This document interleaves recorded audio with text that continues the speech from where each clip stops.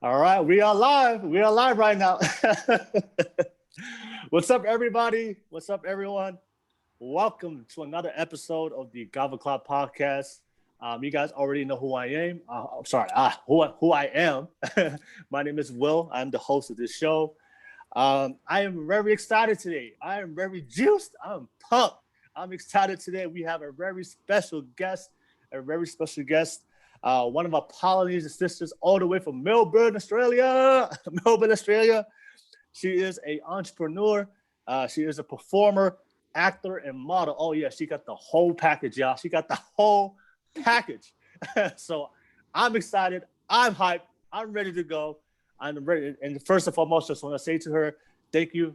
Very grateful. Thank you for taking the time to do this. Very grateful.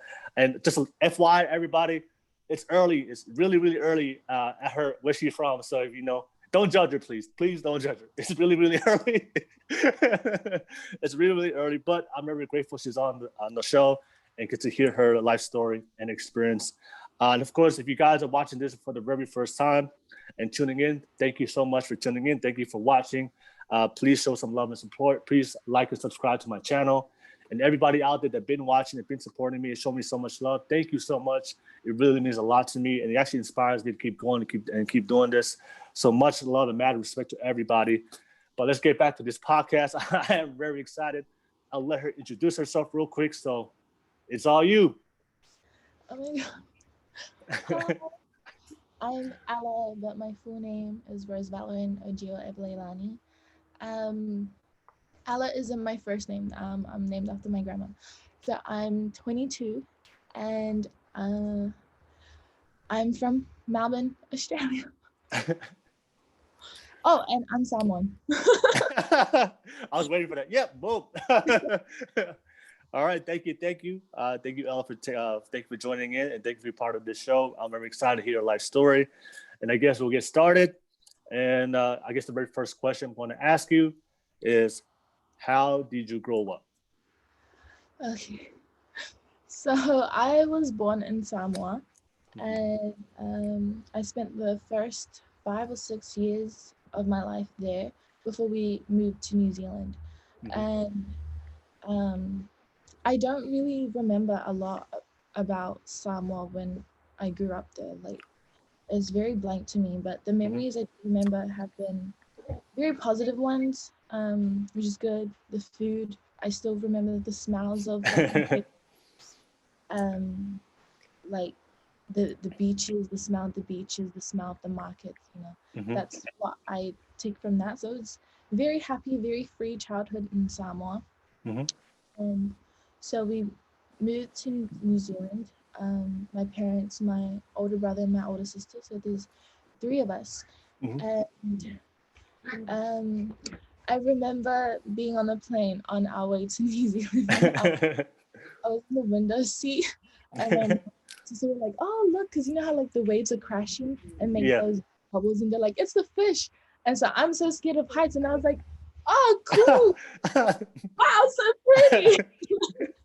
But that's what I remember from planes. So I love planes. I love flying it, but I'm scared of suddenly just not flying. So I have a fear of planes. I'm not going on them. So we were in New Zealand.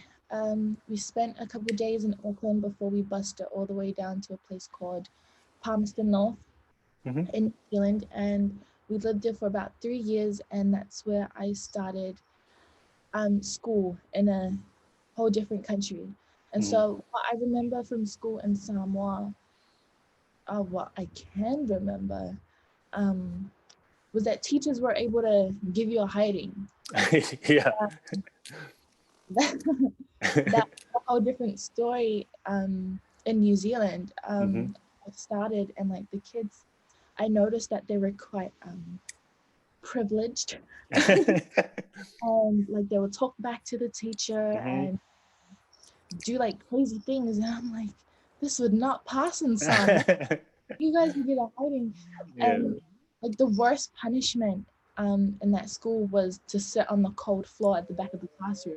Yeah. And I'm like, oh, they're just gonna. At that time, I didn't understand. I didn't like I wasn't familiar with this new environment. Mm-hmm. And so I think, and I was surrounded by a lot of white kids, so there weren't much Polynesians there or like Pacific Maoris there. Mm-hmm. I didn't feel that I was in the wrong place. Like I didn't Mm-hmm. see myself different from them. I'm like, Mm-hmm. you bleed, I bleed, Yeah. we pee, we do the same thing. You're just lighter than me. You have blue eyes, and Yeah.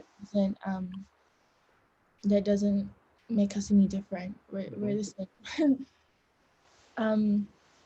But yeah, I think I got bullied. I think I got bullied, but I didn't know it at the time. At the time, Yeah. I was yeah, whatever. Like Mm-hmm. you're yelling at me now, go away. Looking back at it now, like I was bullied because they thought I was different. Yeah. They looked at me like, okay, you're a little black girl. Much darker. Like I was very dark because I was Yeah. always in Samoan, so we just moved to Yeah. New Zealand. But Yeah. I had like scars on my legs from like Yeah. mosquitoes and like running on the roads and playing with the trees, climbing trees and scraping knees. So I had all those scars, and I remember like when I look back, like the kids would be like, ew, like why is she built like that? But I'm so grateful that I didn't take offense to it at the time, because I feel like that would have shaped a different person of me, if that makes sense. Yeah. So yeah, I made friends. I made good friends, and I was good in school, and so we were there for 3 years. Please, sorry. And then we moved to a place called Porirua in Mm-hmm. New Zealand, Mm-hmm. in Wellington. Oh my gosh. I'm so sorry. You're good. You are good. I'm doing an interview. Please close the door. Dad. Sorry. It's fine. Poly life. It's all good. We understand. We understand. Wait, where was I? Okay, I was in Porirua. And so this was a whole different school compared to my school in Palmerston. So Palmerston was like a Balangi school. Then when I went to Porirua, it's like a Pacific school. It's full of Pacific people, full of Maori kids. And I felt out of place. Like, like I went to Balangi school, I didn't feel out of place. And then now I'm in, like with my own people, I don't feel comfortable. So I complained to my parents. I'm like, no, the kids at that school is too rough, because like they're always like beating each other up, and I'm like, why? I'm not used to this. Like, don't do that. Yeah, so that was the difference between schools, and it really, I guess it shaped me in a different way as well. Like experiencing 2 different environments in schools. And what did I learn there? Oh, I learned, I went to school with my cousin. So I went to school in Palmerston North with a cousin, and he wasn't very nice to me because I think he was embarrassed. Like, I guess the other kids were like, oh, you have a foul cousin. And so he would treat me so nice. But he was like my best friend. He'll be, oh, you want Yu-Gi-Oh cards? Yeah. Like, why are you being mean to me at school? What you know? But it's whatever. And so I had cousins at this new school, and they were also bullies to me. It's your own family sometimes, man. But Why did they think you were? Did they think you were like too white or something? Is that because you're different? I guess so, because I've had a lot of people say to me, oh, you're not as Samoan as I thought you would be. Yeah, you're not yeah, as Papuan as I thought you yeah, would be. yeah. You speak differently, you talk differently, you dress differently. And I'm like, do you want me to have taro and corned beef? Like, I have a different personality. And so I guess like my cousins there being surrounded by islanders and like, you know, island styles. Yeah. And then someone to come in and be like, I don't know that. I don't really Yeah. do, because they'll like run around, and like I used to run around, but the 3 years I spent in Palmerston,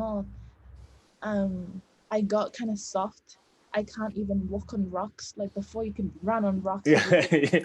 Yeah. And now, like I can't do that, and I'm so careful. Like I won't skateboard so fast or rollerblade so fast because Mhm. I don't want to hurt myself. Yeah. If they didn't like that, they're like, "Ooh, she's so posh." Like, Yeah, you're posh, yeah. are you? I guess that's why, I don't know, but so after moving there, we moved there because of church. So we Yeah. traveled 2 hours from Palmerston North to Wellington for church every Sunday. We would travel Yeah. there for church, and I guess we moved there because it was closer to church. Yeah. And I think that was a good thing. I had good friends in church, but yeah, that was the reason why we moved down there. And after 3 years there, we moved all the way back up to Auckland. We were staying with my sister in Avondale in West Auckland, and I attended Avondale Intermediate, and that was a whole new school as well, a whole new story, a whole new experience.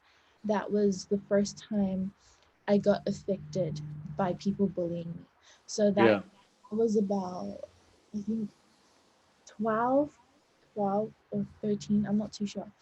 But I guess it's the age where guys or boys, they grow an annoying person. And they think that it's so funny to bully girls to show that they like them. Have you heard of the thing where like that means they like you? Yeah. Yeah. I don't understand. That's the most stupidest thing I've ever heard. There were these boys at my school, and they would bully me, but then I would hear that they're telling other people that I'm their girlfriend, and so that confused me. I'm like, do you hate me? Because they've made me cry. I've never cried like in my other schools. Like I've cried, like hurt myself, but that's the first time that I've let them get to me. Like I was feeling like ways. I was getting my period. I was, you know, becoming a woman, becoming a teenager. And yeah, I guess it was in a way traumatizing for me. Hated intermediate, but at the end of the year, I got through it. I befriended these dudes. You know, they knew where I stood. I was like, you know, like you're stupid. You're stupid. The way you were treating me when I first started, like, don't do that. Yeah. So yeah, after that, I started high school in South Auckland. I know maybe some listeners will be like, "Oh my gosh, she's from South Auckland." Yeah, hard. Like I would say that South Auckland is my home. Manurewa, 267. I loved it. Like James Cook High School was such a whole other experience for me, and I got bullied a lot there too, but I didn't know it. I don't really call it bullying. I think people are just stupid and stupid things, and then they realize later, and then they try to be your friend. Oh, weren't you like trying to kill me before? Because I've had someone try like stab me. Like that's how bad. Like wait, stab you like? Yeah. With a knife? Like my own friend with her special scissors. So oh my god. yeah, like it's that bad. I don't know. This might be traumatizing for some people. Sorry, but that's what's coming to my head. So yeah, so year 9, I did really well. My first year in JC, I played second overall in my class. And I didn't even know. I didn't know there was like prizes at the end for like doing so well. If I had known, I would have like tried harder. I was just in school because I was in school. Yeah. I remember being asked to go to the hall, like with our principal came and got me, my friend, and another dude in my class. And I'm like, what did we do? Oh my God, trouble. And then I found out that I came second overall, and I was like, woo, wow, I Nice. didn't expect that. So I was really happy, and I was like, in next year I'm gonna try go for first place in my class. So I had that drive, you know, because the guy actually that came before me that placed first, he bullied me too. But So that was extra basically, motivation for you. yeah. So I was like, I'm gonna beat him. But we're in different classes in year 10, and it was well. But then in year 10, second year of high school, I got into a lot of drama, a lot of drama, and it was so not necessary. I had nothing to do with anything. And I remember athletics day, a whole fight broke out, and like all the Tongan girls, sorry, but they were Tongan. Yeah, all the Tongan girls, like they're all cousins, like they came at me and my friends, and then I was like, I'm like a little skinny girl. Yeah. I'm not gonna be able to defend myself. And so I was like, nah, like she wants to stab me with her scissors, like let's these punch ons going. But then yeah, everyone got involved, and after that, because we have athletics day at the beginning of the year, and so that it really changed everything. Like my plans I had for the year, and I got bullied like right in the start, and then I was asking teachers for help. Some were very helpful, and some just weren't very helpful. And that's some of the things that I hate about schools. Like they say that they'll help you, but they really Yeah. don't. Um, so uh, I got bullied in my own class, so I wasn't able to work. So you know, I'm trying to get first place in my class, but I'm having kids like throw stuff at me while I'm working, so I have had to like get up and leave and go like study elsewhere, and Yeah. it's very helpful. So at the end of the year, I got nothing, and I was very disappointed. And I was like, nah, year 11, let's go. Yeah. Year 11, more drama happened, and again, like I had nothing to do with it, but um, I guess I don't want to sound like um I'm trying to play the victim, you know. Yeah. But I know my truth, Yeah. and the people involved know my truth, and they've Yeah. apologized to me, and they know that I had nothing to do with it. I guess because I was so fragile and shy and quiet that they're like, oh, blame it on that girl. No one will, you know, care if that Yeah. girl is the one that says Yeah. everything. Yeah. But no, I've had people try to kill me. I've had people rush me, but it wasn't all that bad, you know. It was Yeah. all bark, no bite, you know. Yeah. Yeah. I've stood up to them so many times, but they make excuses like, oh, I gotta go see my grandma. My grandma's sick. Like, if your grandma was sick, why are you trying to pick fights at school? Like, wouldn't you want to focus on school? Like, I want to do my schoolwork. I'm Yeah. trying to get to first place, man. But yeah, it was a struggle, you know, high school, but I wouldn't change it. I really wouldn't Yeah. change it. When I look back, I'm like, wow, I really went through that. Like someone like me, like I was quiet. I was so quiet. I was a kid that the teacher was always like, can you speak up? Or, you know, like very shy. But I was good. I was very sporty. I played a lot of sports, netball, basketball, tennis, badminton, tag, but I wanted to play rugby, but I was so tiny.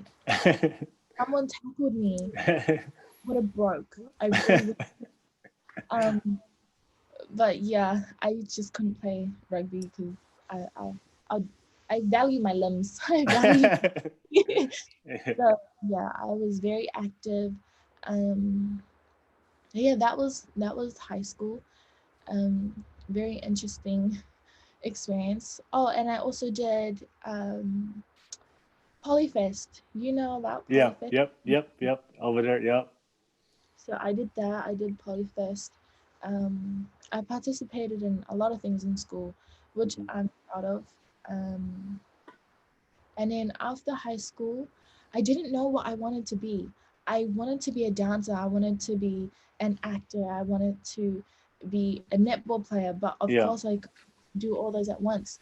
I Hmm. wanted to do things. And so a lot of kids were going into uni, and I was like, I don't want to go to uni, but um, that's what everyone else was doing. So I thought, Yeah. oh, I'm gonna have to do it now.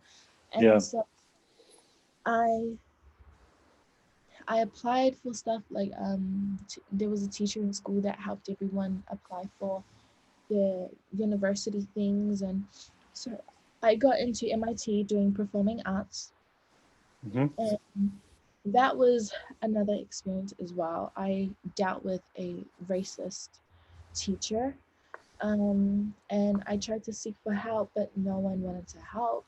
Yeah. So I up and left. So I basically just like dropped out because no one was helping me, and I was just treated very unfairly, Yeah. which it was whatever to me. And so I dropped out, and then I didn't know what else to do. I got a job. I was making smoothies, and um, my grandma got sick, and then I had to help my mom. So I had to quit work, and all I was doing was helping my mom look after her mom, my grandma, until my grandma was sent back to Samoa. So she's well now. She's okay. But then I was looking for work, and I was always unsuccessful. And I was like, wow, like, am I really gonna be a bum for the rest of my life? Like, how did my life come to this? So I was very depressed for a while. Well, I don't know if I was depressed. I I don't want to say I was depressed because I don't know what that is. I don't know what that feels like. But Do you say at that time you didn't know what depressed was? I didn't know. I was just Yeah. very sad, feeling sorry for myself, hating the Yeah. world. And then I always visit the past. I'm like, wow, if only that fight didn't happen in year 10, maybe I would have placed first and done better than Yeah. her. And like it was always what if, and not like what should I do now? Like Yeah.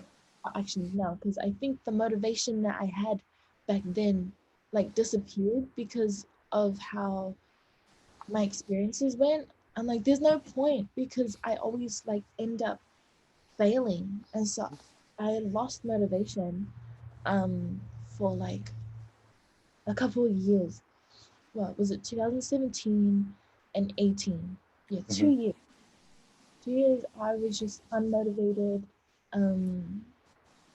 I was just in a dark place, in a very dark Yeah. place. Hmm. I had family issues with my boyfriend's family Hmm. at the time, and that took a toll on me as well. I just I questioned every time, like, what did I do? Like, there must have been something that I did.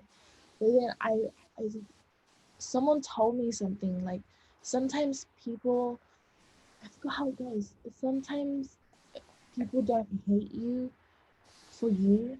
They hate how other people love you. They hate how other Yeah. people see light in you. And so I was like, okay, maybe because like I said in the beginning, I know my heart and I know my intentions. I'm never like trying to belittle someone or hate on someone or trying to Yeah. fight someone or trying to make them feel bad about themselves.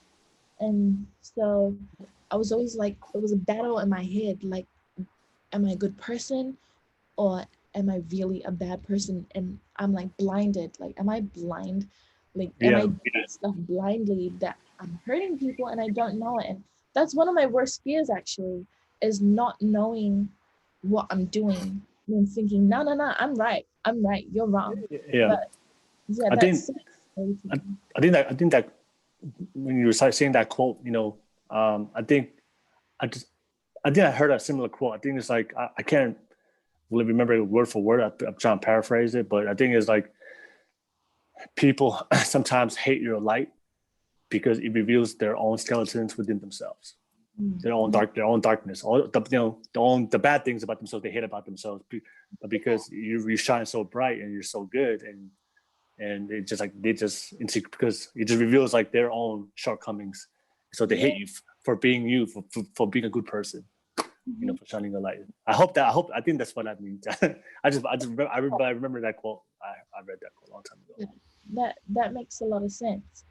And so, um, life was hard.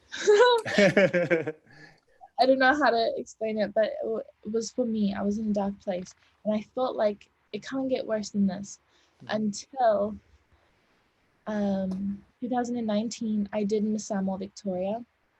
That was Mm-hmm. a whole lot of fun, but that was Mm-hmm. also a struggle. So, with that pageant, um, it I learned a lot from it, Yeah. and I hurt as well a lot from it. Yeah. Okay. So You start from the you start from the beginning of I feel like this is gonna be a big part of your story, but you start from the beginning. What inspired you to do it? Like, how did you get into it? yes, so actually, I wanted to do Miss Samoa for a long time. Like ever since I Yeah. was little, my family would call me, oh, Miss Samoa. Uh, that's what I was known for in the family. Just like Miss Samoa, oh, she's our Miss Samoa. So, I grew up like manifesting that I'm gonna Yeah. do Miss Yeah. Samoa. Yeah. I'm gonna do well, and so we moved here to Australia in 2019. My dad had an accident, so he had to have brain surgery. He had internal bleeding in his brain, Mm-hmm. and so he was gonna not make it, but he made it. He's still alive today. He's doing Yeah. well. I just saw him early in the Zoom. Um, he, so he wasn't able to travel back to New Zealand because the doctors were saying the pressure of being in a plane would like Yeah. Yeah. explode, Yeah. and That's then something. Yeah. most likely not make it in the plane. And so he Mm-hmm. did it anyway because he was feeling fine, and he trusted in his creator and knew that God would look after him. So Mm-hmm. God pulled through. We were in New Zealand, and so when he was here sick in hospital, our family members came to um came to visit him and tell him, oh, you guys should just move to Australia. Like, money is so much better here. Like, you guys are struggling in New Zealand. It's like rent and lifestyle there is so expensive. Like, Mm-hmm. look at all the stuff we have here. My dad's like, yeah, we should. Okay. And so the talk was going, of us moving from New Zealand to here. And um yeah, and so we made the move. But me I went to Samoa to have a break because I was still having like issues with some people in New Zealand, and I just Mm-hmm. needed like A a break. whole break Yeah. from all the drama and unnecessary situations. So we went to Samoa for 2 weeks, and then we were finally in New Zealand. And so I had planned to do Miss Samoa that year in 2019. I was going to go to Samoa to do Miss Samoa, but Yeah. the problem was I didn't have a sponsor. Yeah. And so my mom's cousins, okay, that's complicated. You found So a sponsor. a sponsor, he offered to sponsor me. And so we're like, oh my gosh, cool, Yep. yay. Let's plan for Samoa. And he was like, how about you do Miss Samoa Victoria? And I was like, why? I'm not even from Victoria. Why would I Yeah. do a pageant where I'm not even from? I don't know the people. I don't know what goes on. Like, I know nothing about Australia. Like, Yeah. the history, the people, it's not right to me. And he was like, oh, you'll be fine. Because I think he was so confident that I was going to win, that I was going to go Samoa anyway. Yeah. And so that was that. And I was like, okay, I'll do it. It's fine. But my heart wasn't really in it. Like, Okay. Yeah. I had planned my whole life For that Miss I would Samoa. go to Samoa. And Yeah. so I did Miss Samoa Victoria. And so when we moved here, I did the pageant straight away. So like the Friday, so we landed like, let's say Wednesday, and Yeah. meet and greet was on Friday. So it was like a very quick thing. And I was like, Yeah. oh my, I have nothing, like, and we had no money. So we had saved money in New Zealand to come here, but we were trying to like look for jobs now. And so my parents were here first before me and my siblings came. And we were broke like throughout the whole pageant thing, but we had to travel by train. It was like $20 each way, so Yeah. $40 each way to train to the city for pageant stuff and then train back.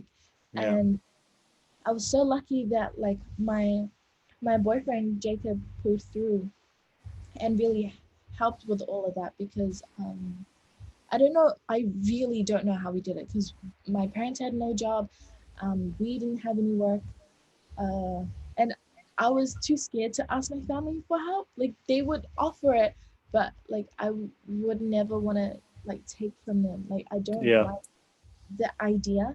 And so we struggled, and there was a lot of pressure, because I'm not only going out there and showcasing me, I'm showcasing my family, my friends, like, you know, my villages. Mm-hmm. I'm carrying all these people with me.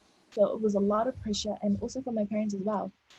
And so um I'm not gonna be like too specific, because I don't want to put um my my drama out there, you know, the drama that happened during the pageant.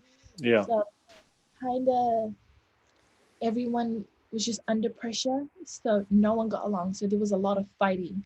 There was a lot of fighting on my team. There was a lot of uh uh just, I don't want to cry, but there was just a lot of issues that could have just been handled differently. Uh, so I don't know if oh, I don't know if this is gonna make sense, but there are people who say that they're for you when they're only for themselves. Do you know what I Okay. mean? Yeah. Got you. Got you. They only offered me help because it was beneficial for them. For them. Got you. So So they're like more like using you. yeah, In a sense. Yeah. yeah. So it was like that. And I learned the hard way. I trusted these people, and they completely just turned around and, you know, stabbed me in the back. Yeah. Like pageant night was, it was fun. I enjoyed it, but um, there was a whole issue with oh my gosh, I'm so sorry. I should have said this earlier. There's like some things that I can't say because I don't want any drama, you know, from That's it. fine. That's fine. Just fine. Just share Um, whatever you want to share. yeah. So, oof. Okay. So pageant night is over. You know, Mm-hmm. I came second. I placed first runner up, and I was so grateful. I was so happy. And after the pageant, the people who said that they were for me completely went against me for a little bit. And Yeah. then they found out that I was going to China. I was the first ever Samoan from Samoa, first ever woman from Samoa to Mm-hmm. um, enter into this new pageant, but it's going to take me to China. And so they were like Team Ella again. Yeah. And I'm like, but you was doing this to me, and Yeah. then Yeah. let them be my friend and be all friendly and say that you want to help.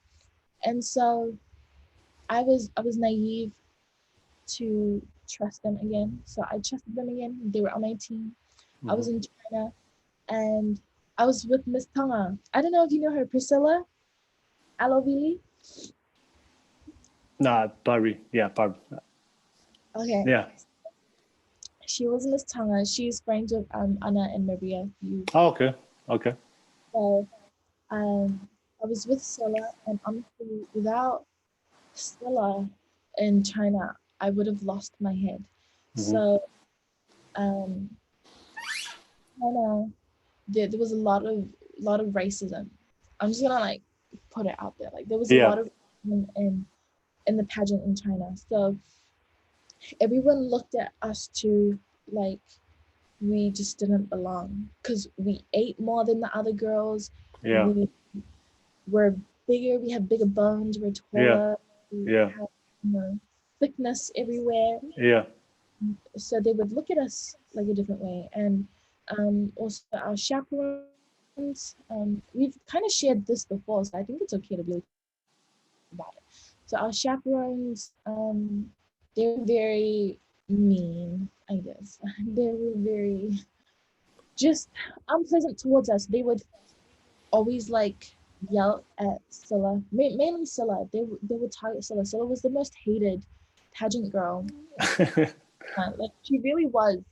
And then after that, like we became the favorites. So I guess like it all makes sense at the end. Like truth always prevails because we had this issue. There was like words going back and forth about Miss Samoa and Miss Tanga and the chaperones and our national director.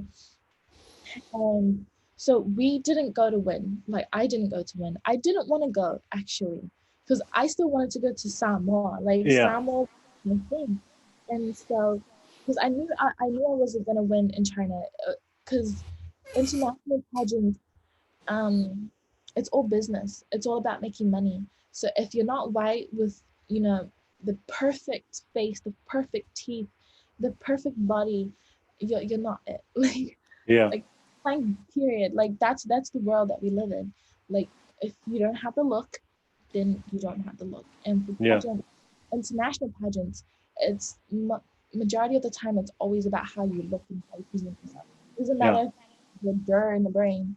Like Yeah. this thing because your image is what sells. Yeah. So me and Stella had no chance, and we didn't try because we weren't treated fairly. So we got sick. We got sick in China, not coronavirus. We got sick because we weren't used to the foods, and they would just treat us poorly. So there was this one time we were training. We had dance practice outside in the hot as sun. It was probably like 30 degrees Celsius, and the pageant people, they kept our water bottles in the bus. And so all the girls were like, it's hot. We're dancing, we're sweating, we need our waters. And their excuse was, oh, we didn't want you guys to go toilet so often. So we're gonna have the water bottles put away. And then there were a couple girls that fainted. So there were a lot of people that got hurt during it because like I didn't understand why they had to keep the water bottles away from us. Like we needed it. We were in the Yeah. sun. I fainted as well in China. Me and Stella were in hospital. She got sick. I got sick. A lot of girls fainted, and it was just the pageant wasn't what it was. What they had promised. It was just very unorganized.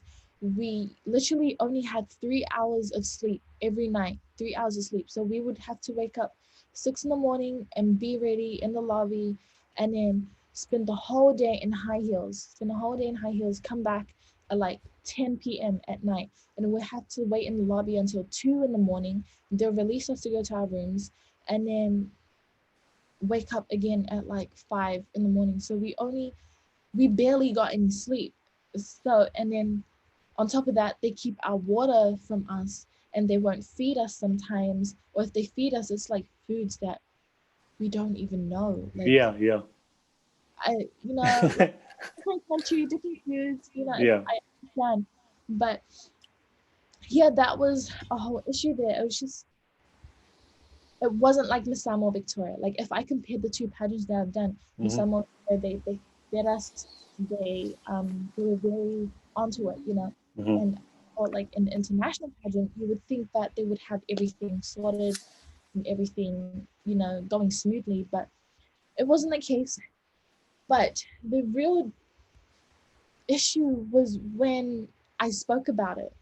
So when I spoke out about it, I got hate for it, like from my own supporters too, like from my own team. They're like, "Oh, you're just being ungrateful. Like you're in China. Like make the most of it." I'm like, "How can I make the most of it if I'm being treated like crap? If I'm not eating? If I'm not getting enough sleep? Like you guys Yeah. wouldn't understand if you were here. But because I'm voice, because my team is older than as like my Yeah. cousin, my sister, and so when you speak to an older person, they're like, it tastes like disrespect. Yeah. And Yeah. it would like come at me. And so I was in China, far away from home. And And we were speaking to them. We were speaking, calling them back in Australia. That's where they were. we would FaceTime and Okay. video call. And so like I'm crying to them, you know, I'm having such a hard time. And, you know, they would say like, oh, there are a whole other Samoan, like a bunch of Samoan girls that would love to be in your position. Yeah. I was like, I'm here, I'm experiencing it. No, they wouldn't. No, Yeah. they would not. I'm sorry, like I know, like I get it. I know I need to be more grateful. I was grateful that I was in China. And it was such an amazing experience. Like looking back at it now, I don't mind it. But there at the time, I was broken. Like I was so stressed because none of my clothes fit me. The ones that my national director put out for me, my sponsor also from Samoa Victoria, nothing fit me. So I didn't know what to wear. So every time I would go out, like we had to be dressed and like look pretty for like all the cameras. There was a lot of paparazzi. I looked like crap Yeah. most of the time because I can't fit the clothes that he made for me. And so he had my measurements and all, and I tried to tell him, but the communication just wasn't there. And so that really added to my stress level. And it was just a whole experience. And so the whole thing with like bikinis. So I wasn't comfortable wearing a bikini in front of a male photographer because before China, I never wore bikinis. It was Yeah. always a t-shirt and shorts. Like that's what I would wear to the beach.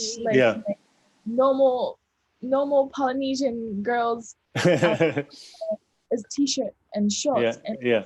like, why do I have to wear a bikini? And I did anyway, but with a sarong. So I Yeah. felt with a lava lava around me. That was fine, but my national director didn't like that. But Scylla wore a singlet and t-shirts, and he had no issue. He was like applauding her, like so Yeah. proud of her. I'm like, what? Like, Yeah. what is going on? So I know Yeah. that Scylla got support from my team, and I didn't. Yeah. But so you Why know, do you feel like they supported her and they didn't support you? because like they would tell me, they're like, why can't you be like Scylla? Be more grateful like Scylla. Oh, Um, she didn't speak about it. That's why, right? yeah. Well, she posted on Instagram and like um the reason why she won't wear a bikini, you know, because she has like a lot of brothers and it's like a respect thing as well. Yeah. Yeah. But like, yeah, cool, yeah. And then like my team was like supporting her, our national director was supporting her. And then when I refused to wear bikini, they didn't like it, but then I wore bikini, but with a lava lava, and it was an issue. And I was like, I don't understand this. Like, Yeah. why can I do something? And so when I spoke out about a thing that happened, I couldn't fit a dress that the pageant had made for me prior. I couldn't fit a dress, and one of the chaperones was like, "Oh, maybe you need to lose some weight," and then started laughing with the other Yeah. chaperone. And I was like, um, aren't the pageants meant to empower women? Yeah. Because that's Yeah. not making me want to throw some hands. Because Yeah. was already stressed from before. I'm not a violent person. Okay, I'm Yeah. just gonna say Yeah. that I'm not like a violent person. But being under so much pressure and under so much stress, and then like that comment comes and it makes you feel kind of way, and Yeah. for me, made me wanna use Yeah. my legs Yeah. and Yeah. so that was the issue that I gave to my national director, and nothing was done about it. There was no apology, and I just had to like just be Deal with okay it. with it. Yeah. And I get it, a lot of people have opinions, but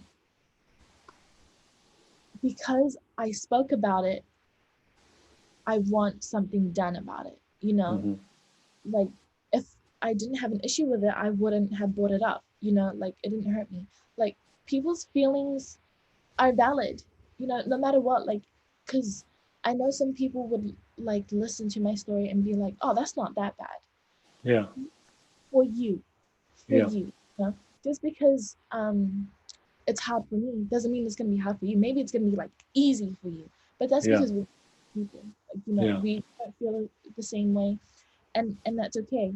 And so that was there was a lot of issues in China, and I was so happy when I got back.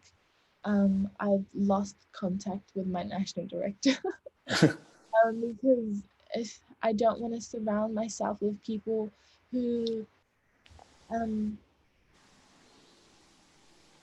who don't walk the talk, because he was all about empowering women and being there for me. He said that whatever you need, I'm there. It's my job, it's my duty, and he wasn't there for me. And there was a time in China where I was just gonna end it, if you know what I mean. Like Yeah. I was in a dark place, and I was like, I'm gonna end it here in China. So I was in the shower, I was crying. I was like, nah, this I'm far. So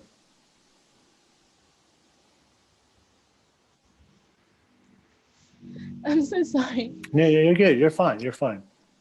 You're fine.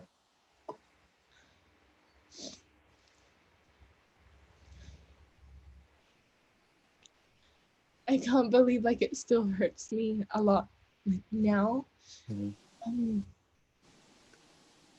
like you think you have support, and then you don't, and then you speak about it on like social media about how pageants are, and then like of course people who've never done pageants before kind of look at it like, oh, stop being so like you're Yeah. being a I'm baby. grateful. I'm grateful. Yeah. And it's like you don't know unless you're in it, because I used to watch movies of like pageants like Miss Congeniality or something. Yeah. Yeah. Sandra Bullock. I love Yeah. that movie. Love that Yeah. show. And the girls would cry, and like I was in the same boat as like these people judging me. I was like, why is she crying? Like, stop being a suck. Like, wasn't it wasn't until I was in it that I understood. I was like, no, this is it's not as easy as like people make it, like how people make it seem. And I think it's important for people to really understand that unless you've been through it, Mm-hmm. you don't know about it. Like, you don't know nothing about it, and it's unfair for you to tell someone how they should feel, because the whole time I was doing these pageants, I was being told how to behave, how to feel. If I didn't agree with something, um, I would be called out for it. Like, oh, you're just being ungrateful. And so I was very confused. I'm like, am I being ungrateful? Like, am I that stupid that I don't know like what's in front of me, and like I don't know what I deserve? Do you know what? Yeah. Do I deserve? Ew, I need to stop crying. No, it's all right. It's all right. It's all right. Like pageants, like I always cry talking about pageants, because that for me was the most traumatizing thing ever that I've experienced so far in life. It just hurt me real bad. But yeah, that's that. And I came back to Australia. I was so happy to be home. And then I was looking for work. Yeah. I'm looking for work straight away because I was busy doing pageants that I wasn't able to work. And so I was like keen to work. But when I got back, I needed a break. I needed sleep. Yeah. I Yeah. sleep deprived. I just needed to have some space, you know. So I was left alone. You know, I was in my room. Like I would wake up thinking I was in China and have like a little panic attack. Yeah. Like that's how traumatizing it was for me. I've never experienced that before. So I would wake up and I would like physically see the hotel rooms that we were at. And although they were beautiful, I like my experiences made it so ugly, made it so Yeah. horrible. I would wake up and think I'm in China. I'm like, what the frick? I thought I was home. I would like cry in bed for a little bit and just like try to process everything, you know, and try to talk to myself like you're okay. Like this is real life. You're here. You're okay. You made it. You did it. You're Yeah. okay. You're not gonna die. You're alright. So I spent maybe like 2 months. Like I can't believe it. I believe that I needed 2 months to really come back from that and Yeah. be my normal self again, Yeah. where I'm able to wake up normally, um, talk normally, like without being a crybaby, basically. So I started looking for work, very unsuccessful. And then COVID hit.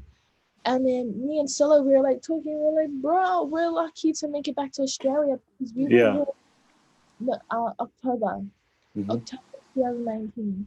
And so we got back, and then COVID was like the talk in December and November and December. And then it became a big thing in 2020, like Yeah. March, yeah, and March. So we're just so grateful we got back. And oh, I went back to New Zealand, and I Mhm. was so happy to go back. I went for a music video with Mhm. my friend Ta'a Isar, and that was fun. And then I came back to Melbourne, and then went to Brisbane. It was my first time in Brisbane. I went to my best friend's 21st. Came back to Melbourne, and then our lockdowns began. No one was allowed to leave home. Masks were compulsory. Mhm. Uh, just it was really bad, and so I wasn't able to find work, and so I was just home trying to film some YouTube videos because I have a YouTube channel, Yep. but I couldn't do it myself. I've edited and filmed so many YouTube videos, but I'm such a perfectionist, so You're self-conscious. nothing is good enough to post unless like you know I have my cousins watch over and they're like, oh, you should post it. And so I post it, but then I end up deleting it because I overthink. But I'm trying to do better this year. But now I'm here. I have my online business, not really Mhm. an online business, but make a business with my cousin. We do makeup. And yeah, we just that's me. That's my story. That's how I got here. All right. Well, I just want to say, Ella, thank you for sharing your story. Thank you for sharing your story, and thank you for sharing, especially um, the the hard moments, and and I just want to I don't want everybody that's watching, people don't realize how much courage it takes somebody to talk about their life story. So thank you Mhm. so much for talking about your life story. Thank you for the courage for sharing all the moments and especially the hard moments you went through in your pageant. And I know it kind of give you a little flashback a little bit, but I just want to say thank you. I just want to give you a big hug right now. Just say thank you so much. Thank you so much, because I feel like, I mean, you shared a lot of things that I know a lot of people, especially Polynesian women, definitely can relate to, definitely here. So I guess we can, I guess one thing I want to, since we were talking about it, I guess when it came to the your beauty pageant, right? So I feel like a lot of girls, grow up and they want to be part of the beauty pageant. And I know I've had some guests here as well that talked about the different experiences. And I can understand why from the outside it looks like it's paradise, right? Because all you see on the pictures is like you guys are traveling, you guys are smiling. So I can imagine like a little girl growing up, and just thinking, oh my God, that's where I want to be, that's what I want to do. And then, but you said like there's a side that a lot of people don't get to see. And just for me, it's just hearing not only your story about your experience about the beauty pageant, and I've had a couple guests here too that came on here and talked on the show about their experience. People don't realize, there's a lot of things that you guys go through. There's a lot of struggles you guys go through that most people never know. And I'm so thankful for you to talk about it. And all the other girls before the podcast, because for me, like, I know you don't want to see, especially Polynesian, like you don't want to see your Polynesian sisters and girls go out there and struggle. I mean, for me, just hearing your story, talking about it, like I felt so much for you, because like it's funny. I have a sister. I have two older sisters, and one of them did compete in the Miss Lala in Tonga. In Tonga we have called the Miss Lala. So I mean, but I've never had a conversation with her. Now I'm thinking in my mind, did she go through that? And I'm sure she did, and I guarantee she did. But I've never asked her about it, and we just, as a family, we just thought that everything was good. And then, but now as more and more you share your story, more and more girls will talk about it. I'm thinking like, I think she probably went through some stuff, like, but we just never even talked about it. So, but one thing I always want to do is just make sure that whatever you shared today, I want to make sure that, because I really believe like the purpose of our, every generation is make sure that whoever follows through in the next generation has a better life. So I just want to make sure, thank you for sharing your story, so because I want to make, all the girls out there that want to go into beauty pageants, that's your dream, all power to you. But I want to make sure that we prepare you, and then to know, so that way when you go in there, you can prepare yourself and not just go in there not knowing anything. Yeah. And all these people come and kind of like walk all over you. So I know you talked about when you first started talking about it, said how it's so important of having a good team, because you said that a lot of your team in the beginning it looked like they supported you, but then really deep down they didn't really support you. All right. So I want to ask you, can you talk about, like, if for any girl out here that's trying to get a sponsor, that's trying to get a good team, like, what do you look for to make sure, in your own experience, like what do you look for to recognize, okay, this person's really supporting me? So I just want to add some value to all the girls out there listening, so we can kind of help them out, so they can recognize the good people they need to surround themselves with, and recognize the people that they're just trying to use them, and they don't really have any sincere feelings about their own well-being and their happiness. So can you share that with all? What do you want, like, in your own experience? I guess for me, I think for any girls out there who are trying to get a team together for pageants is it's kind of sad, but try not get your family involved. Because not like necessarily in the worst way, but like, because with my parents, they kind of saw it as our daughter has to be a certain way because she's representing us, and if she represents us in a bad way, like, that can't happen. That can't happen. Yeah. Like, it can't happen. And like, my parents were fine. Like, they were very supportive in their own way. And I get that my team was supportive in their own way. I know that they meant good. But from my end, receiving it just wasn't working, you know. And if you're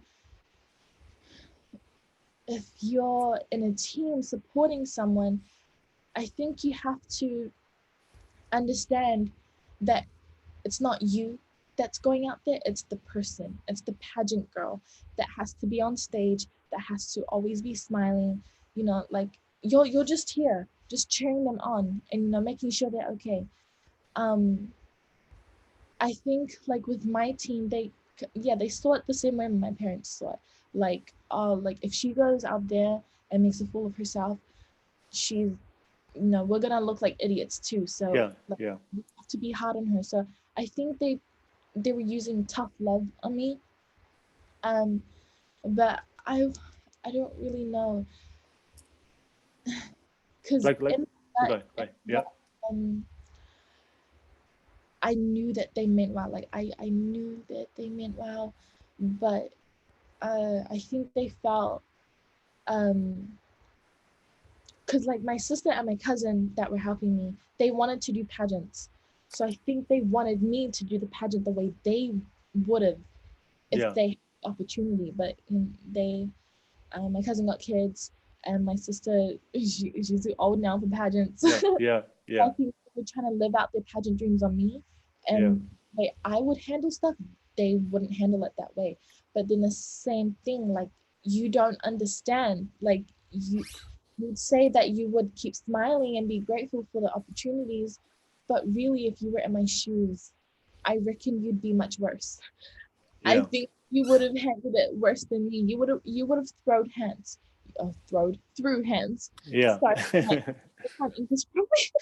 But yeah, I think for just have a team of people that you trust, like your best friends, people who are honest with you, but honest in a way where it will help you. Because I think with my team, they were too honest in a way where, because you know, if someone's under pressure and you're going to be brutally honest with them, they're not going to take it well.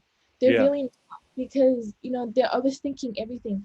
So I would have handled it a different way if I was supporting, you know, another girl. I would have really handled it a different way, because obviously I don't understand. And I had them like say to me, like we do understand, we get how it is. And you don't, like you yeah, really don't. yeah, So I've had that repeated to me so many times.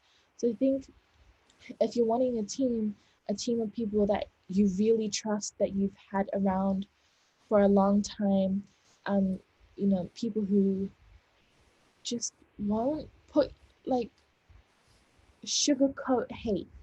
Do you get what I mean? yeah. Do you have like And do you have like a do you have like do you have like maybe an example or something like to kind of get an idea of what that what that is for all these girls that's watching? um like so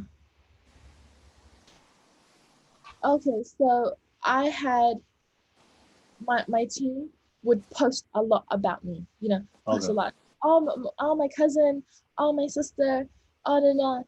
And then when I fail, no posts, nothing. got you, got you. Completely disappear from the face of the earth. They Yeah, don't know nothing. And then when I'm successful, oh yeah, post my cousin, my sister, my yeah, friend, and then when nothing, no post. It's like, oh, so you're only here for my successes, yeah. not my struggles. And so that's what I learned through that. And then when you did fail, did anybody like reach out to you, like check up on you, like, Yeah, hey, but they were the real ones. And I'm like, bro, you should have been on my team. Like you yeah, should, yeah, in the group chats, you know, I really needed you. And but now that that's in the past, I'm so grateful that you're here, and I'm so grateful that you even care to like reach out. So I've had girls like approach me about like pageants. They've wanted me to like tutor them for pageants. Like, oof, I think I'm qualified, but you're like the advice I would give isn't the same advice as like other people. yeah, So yeah, but I'm always, you know, keen to help out, keen to um you know, work with yeah, young, because it's so important to to keep empowering, because I didn't join pageants to win. That wasn't my goal. The only thing that I wanted was just to be on stage, to perform, to showcase what I've got, to be a part of something. That's what I wanted. And I wanted to know my people, be surrounded by Pacific people, Pacific foods, Pacific music. That's all I really wanted from the pageant. But that's not necessarily what you get. Yeah. That was a lie. I was bamboozled. So I mean, for me, I'm just taking everything in and I'm listening. It sounds like, and I want to ask you if this is how you felt.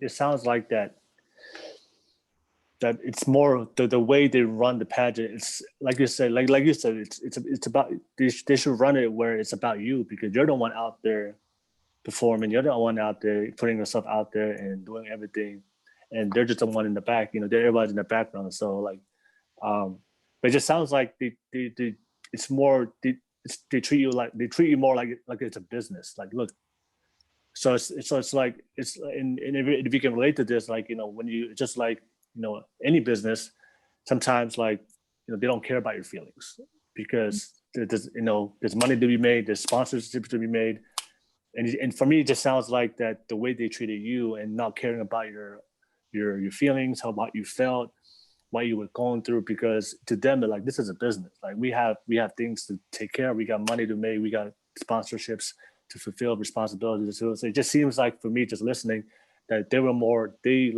concerned about their business instead of you. Does that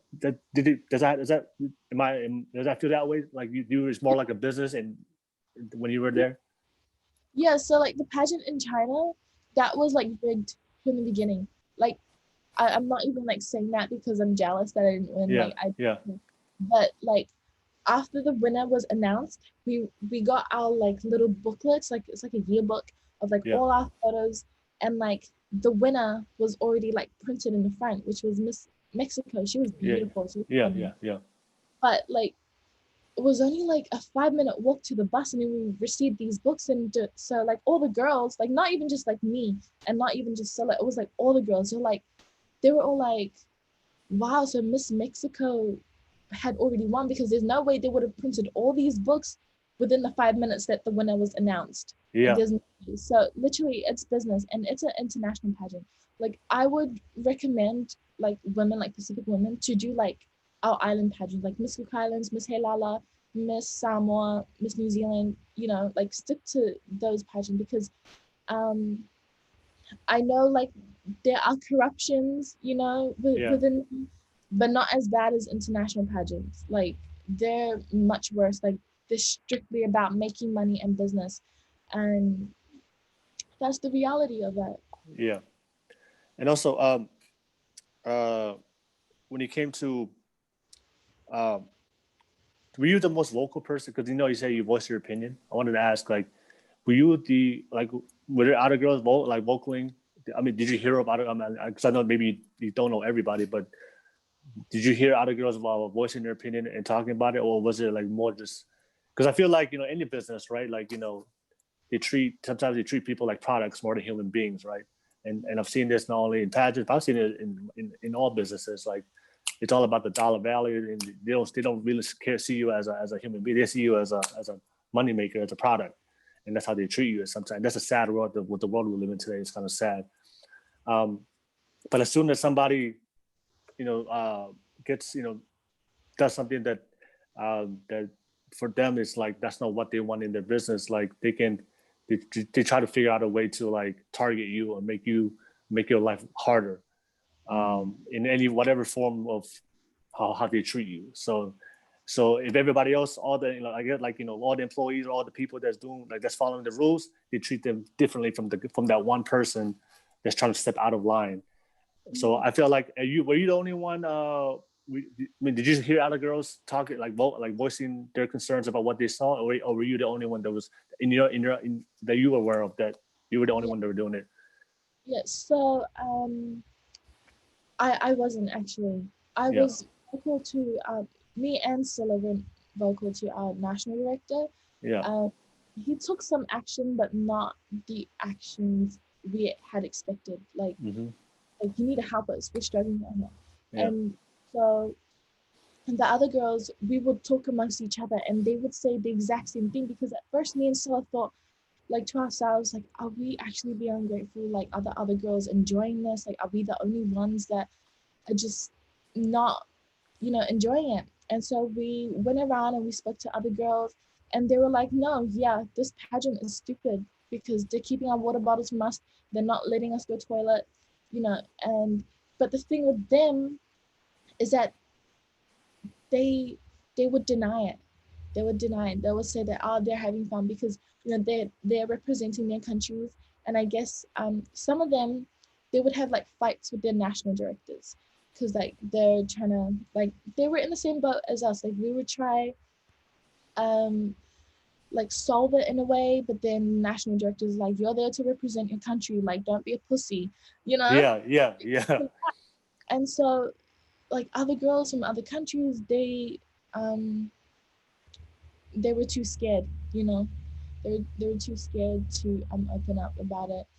And so like for me at first, or for me and Scylla, at first we like planned to like expose everything. We're gonna record this, and we do have like proof. We have like recordings, and like just things that will help us prove that we're not just being babies. We're honest. Like, why would we be making it up?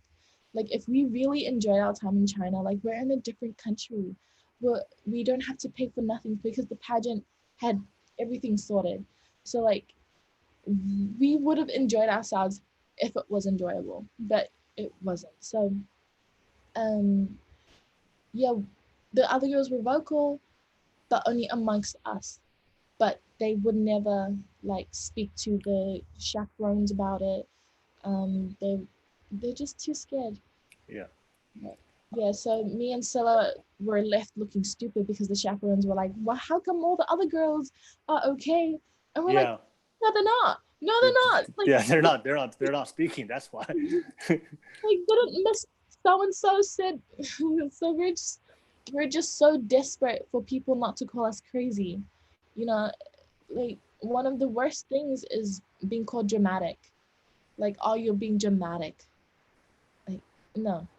I've been through situations. This isn't dramatic. Like, we're being serious. Like, this is Yeah. life death kind of thing. Yeah. Well, as for me, because Yeah. yeah. I also want to ask, because like I feel like I think this is something a lot of girls need to hear, because I'm just listening to everything and taking everything in. Because one thing you shared, you said that one thing they will always say to you and the girls, like, stop complaining and be grateful, right? Um, People, that's a way of manipulating people. And then if you don't, because this is what I always see, because a lot of these girls, like you said, like a lot of the girls are going to pageants, they come from humble beginnings. They don't have like, they come from like lower income families. Some of them come from the islands. So for them, I don't know, I talked this on the podcast with Maria. So a lot of girls, like they come from poor beginnings from their family. So like to them, they see this as an opportunity, right? So I need to go out there, represent my country, represent my opportunity. I don't come from a lot, so this is my chance to elevate myself and better my life. So I feel like a lot of girls go into pageants for that, right? For opportunities to do better for their life, right? But I also know that sometimes people, knowing that of your situation, they'll take advantage of that, right? Because like a lot of like you said, like the people that's above you, they know that you guys come from humble beginnings. They know that you guys don't have a lot, and they know, like, this is this is your shot. So they will use that as leverage to disregard you. Hey, stop complaining. Be grateful that you're here. Which is a form of manipulation that happens all the time. Even in America, like when foreign families immigrants come to America, and they go work for employers, and the employers know they're immigrants, and they don't pay them as much. They don't treat them as fairly, and they insult them. Hey, either you follow it or you get shipped back home, and that's what it sounds like. And I see this a lot when it comes to Polynesian girls, and we come from the islands, and we don't have a lot. We're all trying to seek opportunities, but then sometimes we go into places, into organizations, and they know that, and they try to flip that on you. They try to use that against you to accept get treated, right? And I feel like, and I want to ask you, like, if you can talk to other girls out there, how important it is to, like, even though you do not let that pressure, don't let that as a reason why you can accept somebody to mistreat you or abuse you when you go to this pageant, because I feel like that happens a lot when it comes to, for like, people that come from lower income countries, and then these people that have all the money and the power, they try to walk all over you and just force you to do what they want to do, because they know that you don't have any say or any power to, or so, like, can you talk about that a little bit more? Yeah, so does that make sense? I don't know if that makes sense, because that's what it seems like when I'm just listening to your story. That's what they always use. Like, they just, every time you want to do something, like, when you wanted to speak about something that was hurting you, they would just say, "Be grateful." What are you talking about? yeah. And that's a form of manipulation, especially when it comes to the people that have that's on top of you. A lot of times, people use that power, their influence, to force you to do something that you don't want to do. Yeah, so at first I didn't want to go to China. Like, I was like grateful that, like, they even considered me as someone who's eligible for it. But I didn't want to go. I was like, this wasn't my dream. Like, I wanted to go to Samoa. Yeah. How are you not gonna take this opportunity? Like, maybe this God opening a door for you and you're like shutting it in his face. Like, I'm listening to my heart, and God knows my heart. God knows I want to go Samoa. Like, I don't want to be doing pageants out there. Like, my people are in the islands. My people are in Samoa. Those are the people I want to help. And so that was something I was constantly told. But I honestly can't believe I got through it, because I was just such in a very dark place. But the thing that kept me going was, I don't know what kept me going, actually. Yeah. I think, because I'm kind of patient with certain things, so I think I kind of was just like, this is temporary. This is very temporary. Like, you're gonna be back home soon. You're going to be fine. You're going to do much better things. Like, this can be a story that you can tell and help other women and empower other women as well, and let them know that it's not as easy as you think it is. There are going to be people that are going to stomp on you and judge you and tell you that you're crazy, but you have to really have a strong mindset, because if you don't, like, they're going to eat you alive, honestly. Like,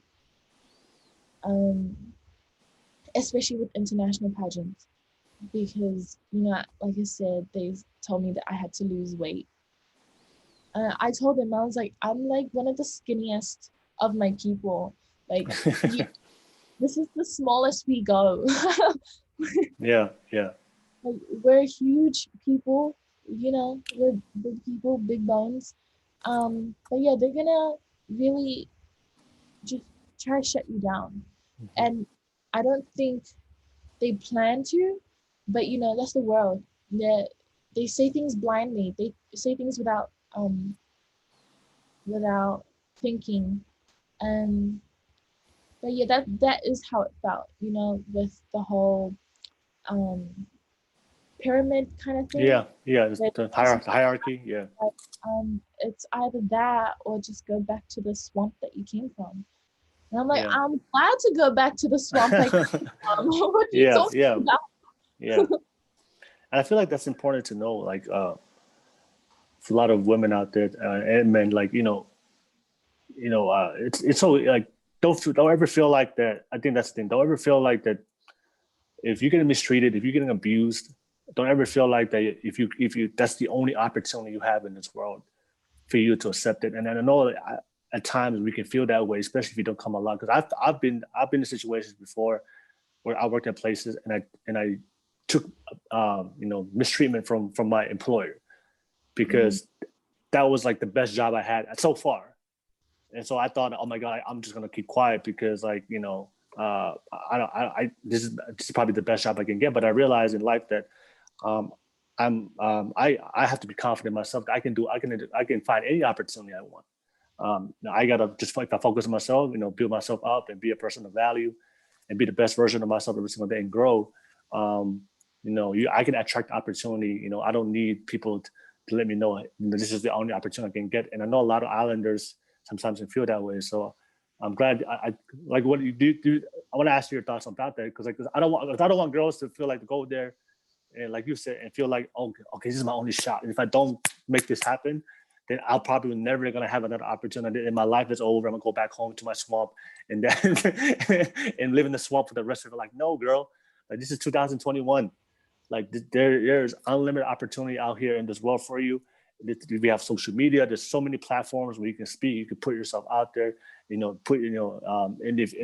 if you enter a pageant and they're abusing you, they're using you, and they're not, and they're putting you in that, like you said, in a dark place where you might end up hurting yourself. Then please, like listen to this. It's okay to walk away, and I know sometimes that can be really, really hard for a girl if you walk away because when you go home, all people are gonna see, oh, she gave up.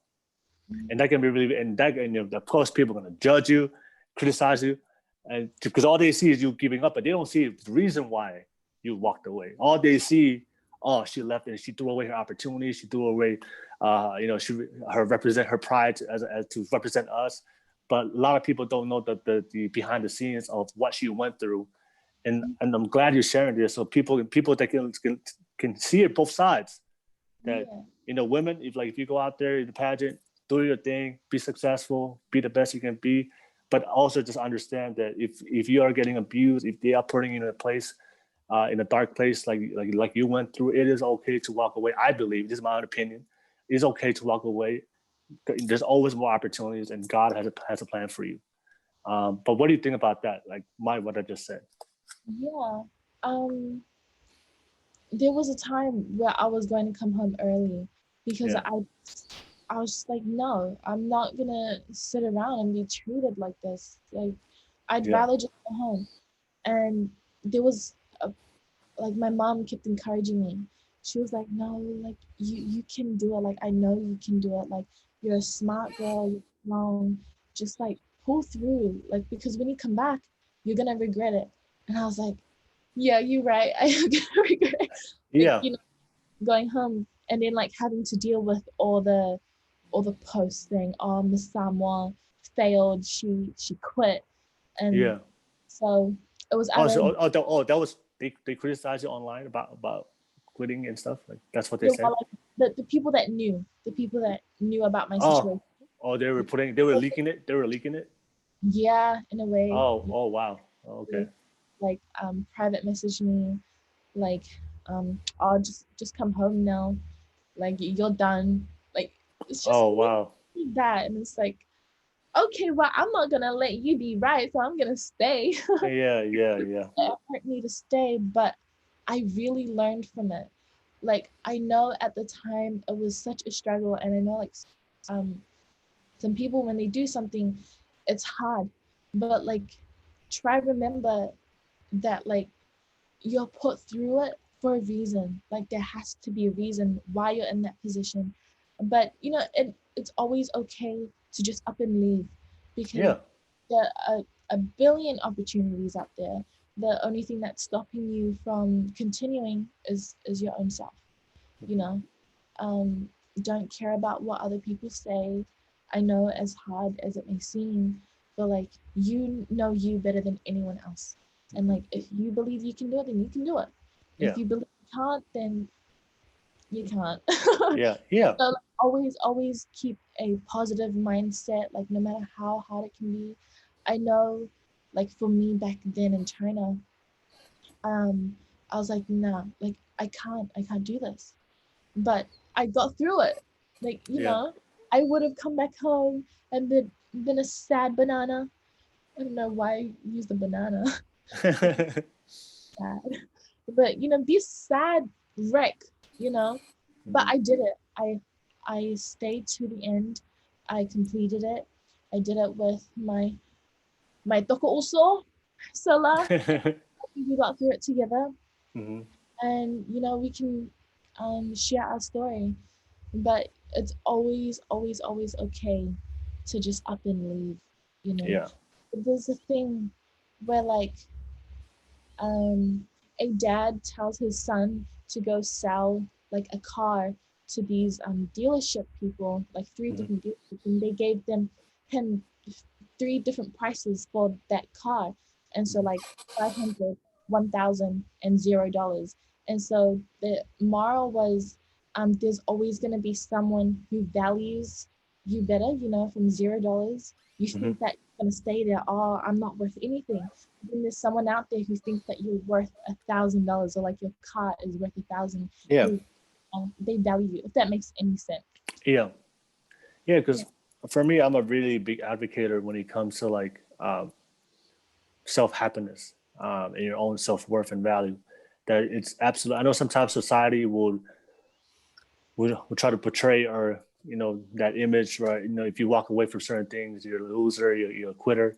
No, I feel like that, you know, when it comes to protecting your happiness, that you have to protect it at all costs.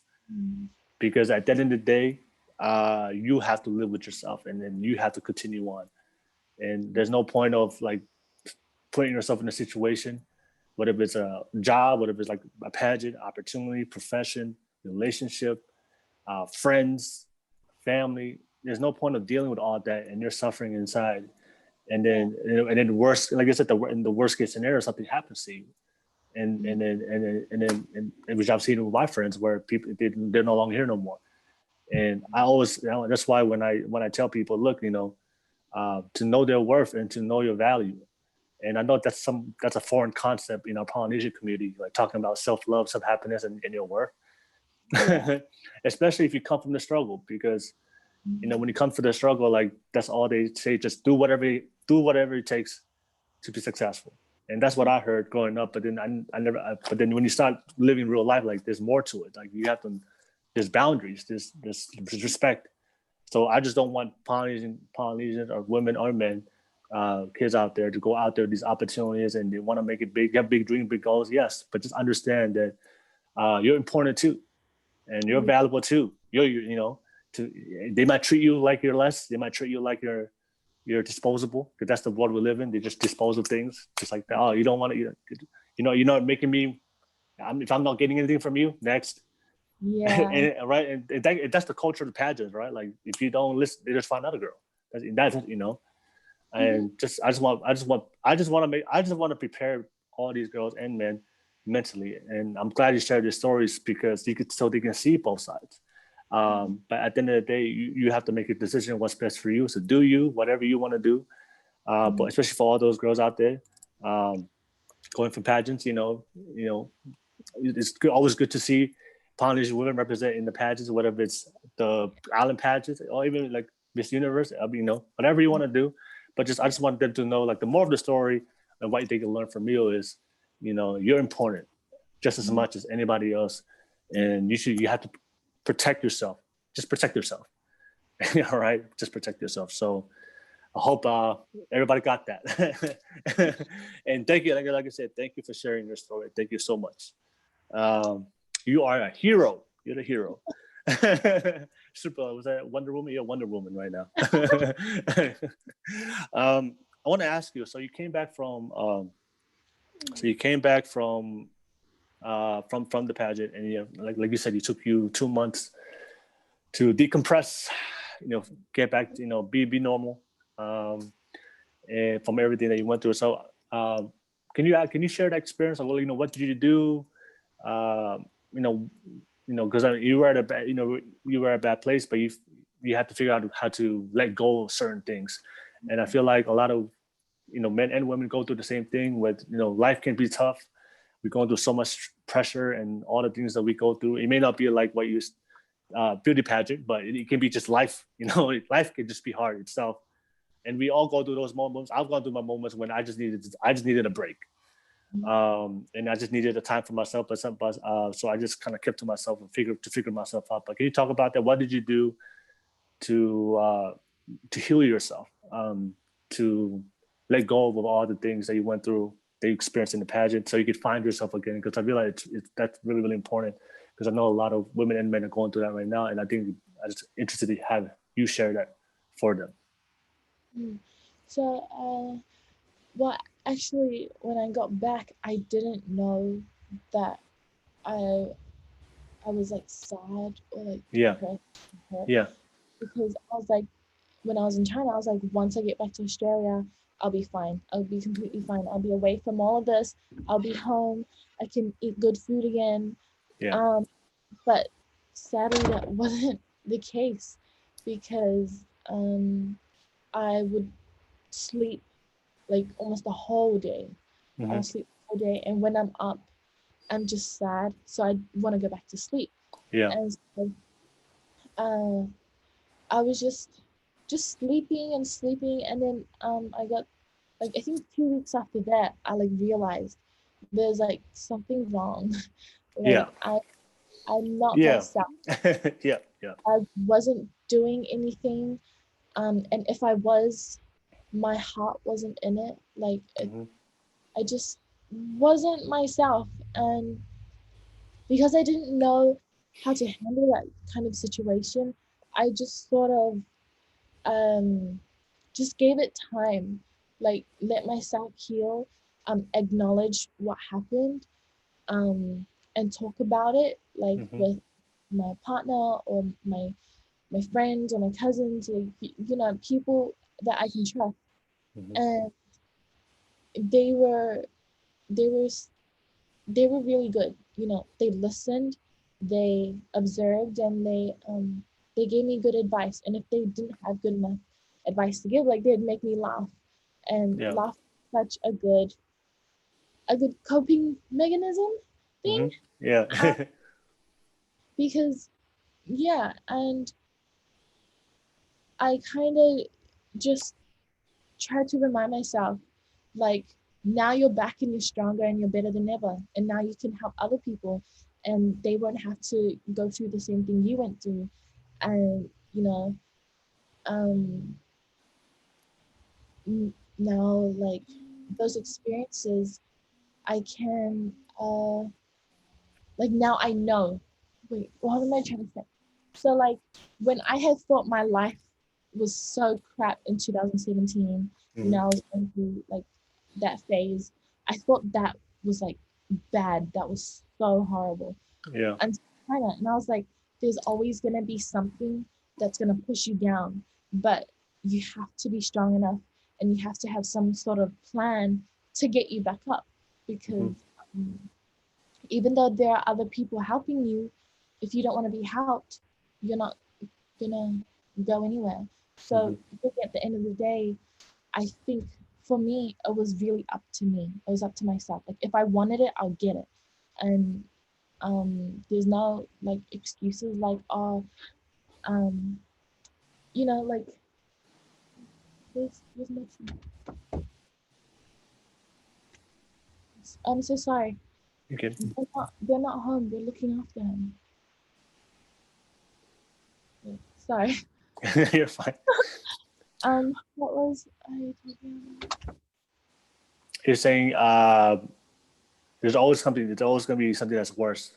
So, like, these small experiences, I get told a lot that, like, oh, you're young, you haven't like lived life yet, and I understand that. But at the same time, well, like, my elders would tell me that, like, oh, you're so young, you don't know nothing, you were just born yesterday.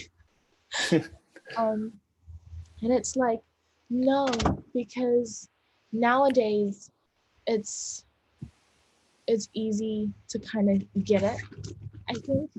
Like, I don't know if you can understand me. Okay, so for me, a lot of my like my cousins got pregnant at a young age, and so like everyone was like, oh, like all our kids are gonna get pregnant at a young age, but I Got you. didn't. Yeah. But I didn't, because what I did was I learned from other people's experiences. So I look at my cousins and I see like how they struggle sometimes, and it's so hard. And I'm like, I'm not gonna put myself through that. So I learned from other people's mistakes, but then like I get told like, nah, you're gonna do it, and then you're gonna learn. And I'm like, why do I have to go through it myself? Like I get that you have to do it yourself to really experience it, but can I not observe and understand at the same time? Yeah. Do you get me? And so I see the struggle. I don't want the struggle, so I'm not gonna go through it. You know, I'm gonna learn from what I see, and just continue that kind of, you know, that Yeah. if that makes any sense. Yeah.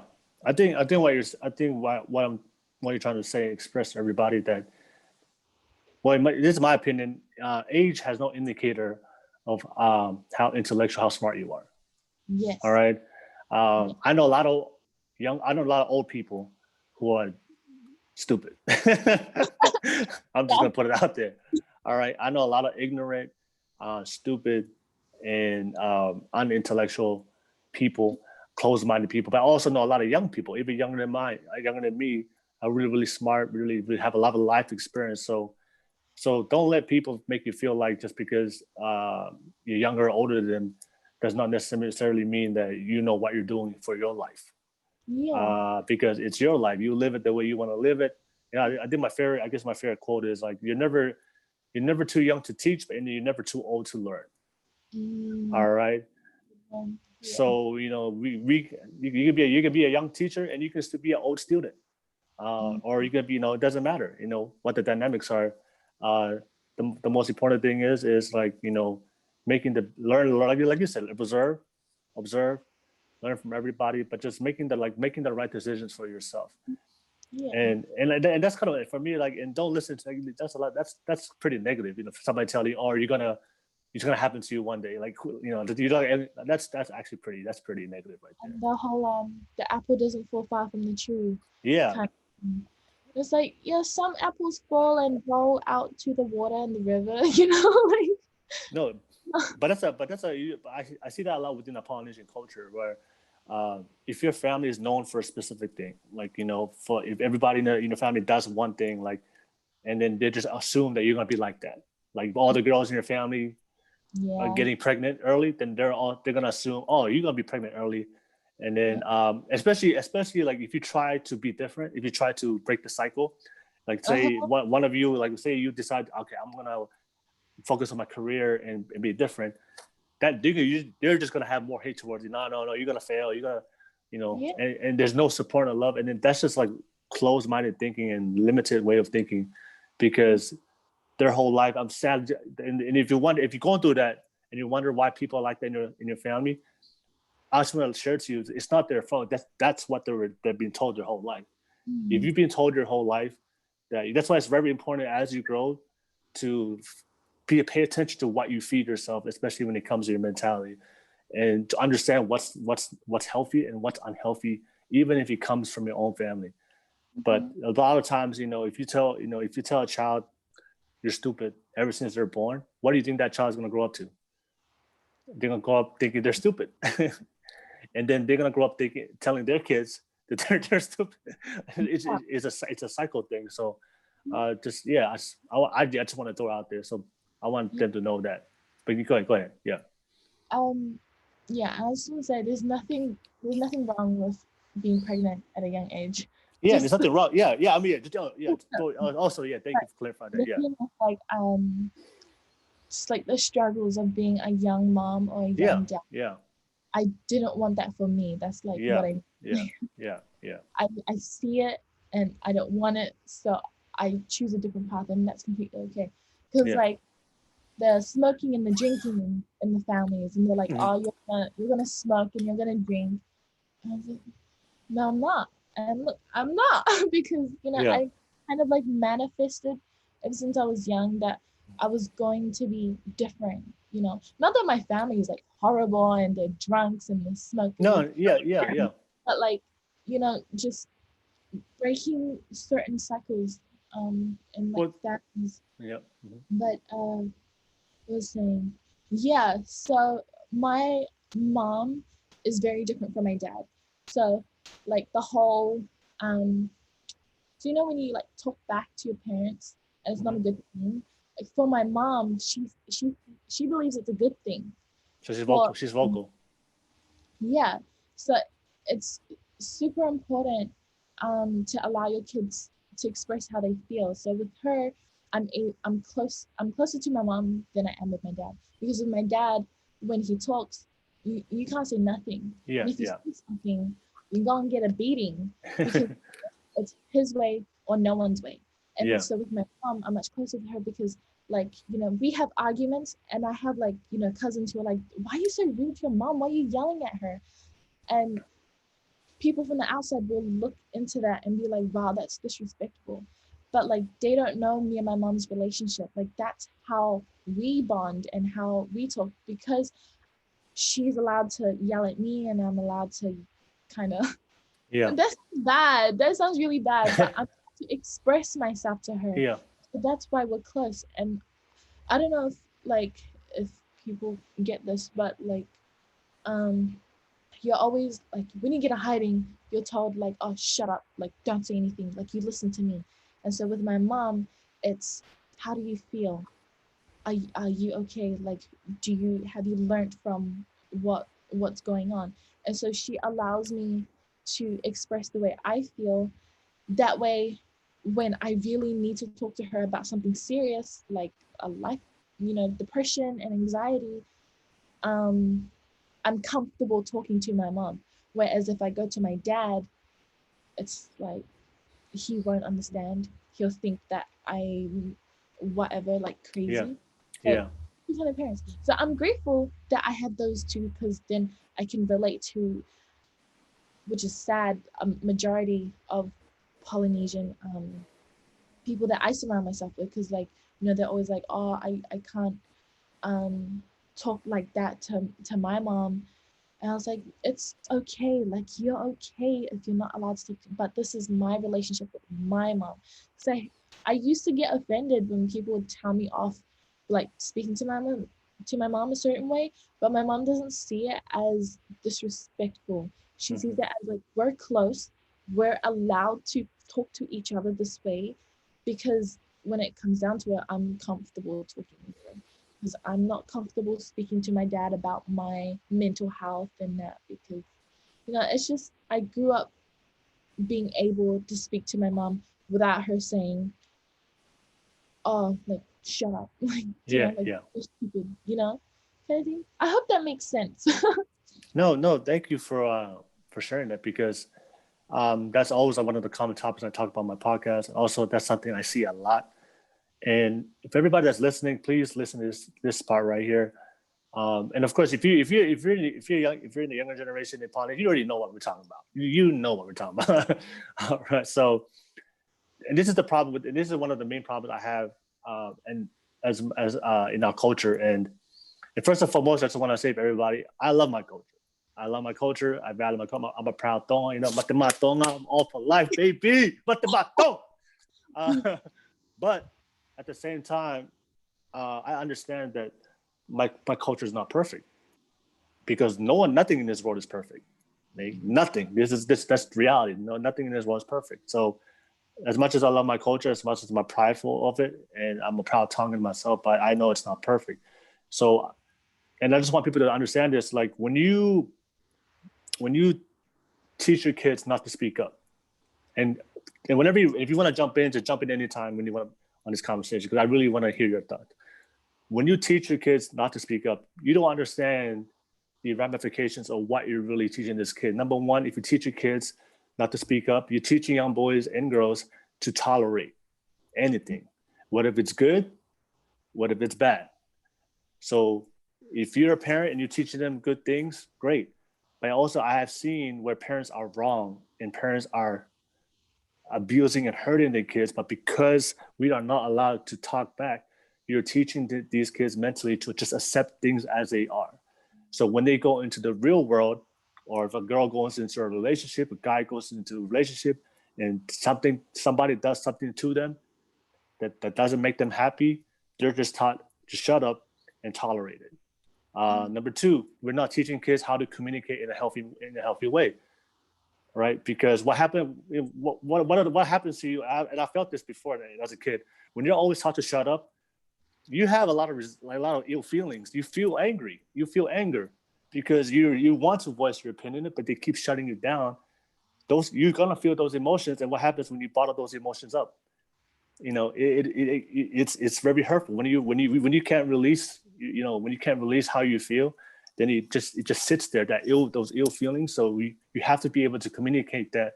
And also to a lot of Polynesian parents out there, they don't understand that they do. And I also know why Polynesian parents don't want you to speak back, because in their mind, if we speak back to them, it's disrespect, right? That's the disrespect. But I want to let them know also, you can still communicate to your parents, to people, and in a healthy way. But the thing is, what happens when we disagree with our parents? What does their dad do? They give you a hiding, right? I know. I talked about this. Like if every single time you disagree with your parents, and you come to a disagreement, and you see your dad hit you, then that's going to be your response when you go to have a relationship with other people and they disagree with you. They're naturally going to respond in an aggressive way. So when you go out there, that's why you see a lot of Polynesian kids with anger issues and violent behavior, right? Because they haven't been taught to communicate, to talk things out and communicate in a healthy way. Because every single time they have a disagreement with their parents, they're getting a beating. So I remember that as a kid growing up, when I used to disagree when I first started going to work with and I have a disagreement with one of my coworkers, I used to just want to smash him. I used to have just aggressive manner toward it, but I had to, but of course I had to be professional, just keep it in. But then I realized that's unhealthy. Like, why do I always want to beat somebody up or want to be aggressive towards somebody? But then I realized I was never taught that as a kid. Like, hey, if somebody disagrees, that's okay. Communicate in a healthy way. And I feel like that's one of the main, and of course, like you said, the most important thing, you got to, in any relationship, it's important to keep it open, so that way kids can express to them when they go through a lot of struggles, when they're going through a lot of pain. Because if you don't keep that open communication with your kids and keep that door open, then that's why you see a lot of these kids are suffering mental health, going to depression, and their parents have no idea what's going on.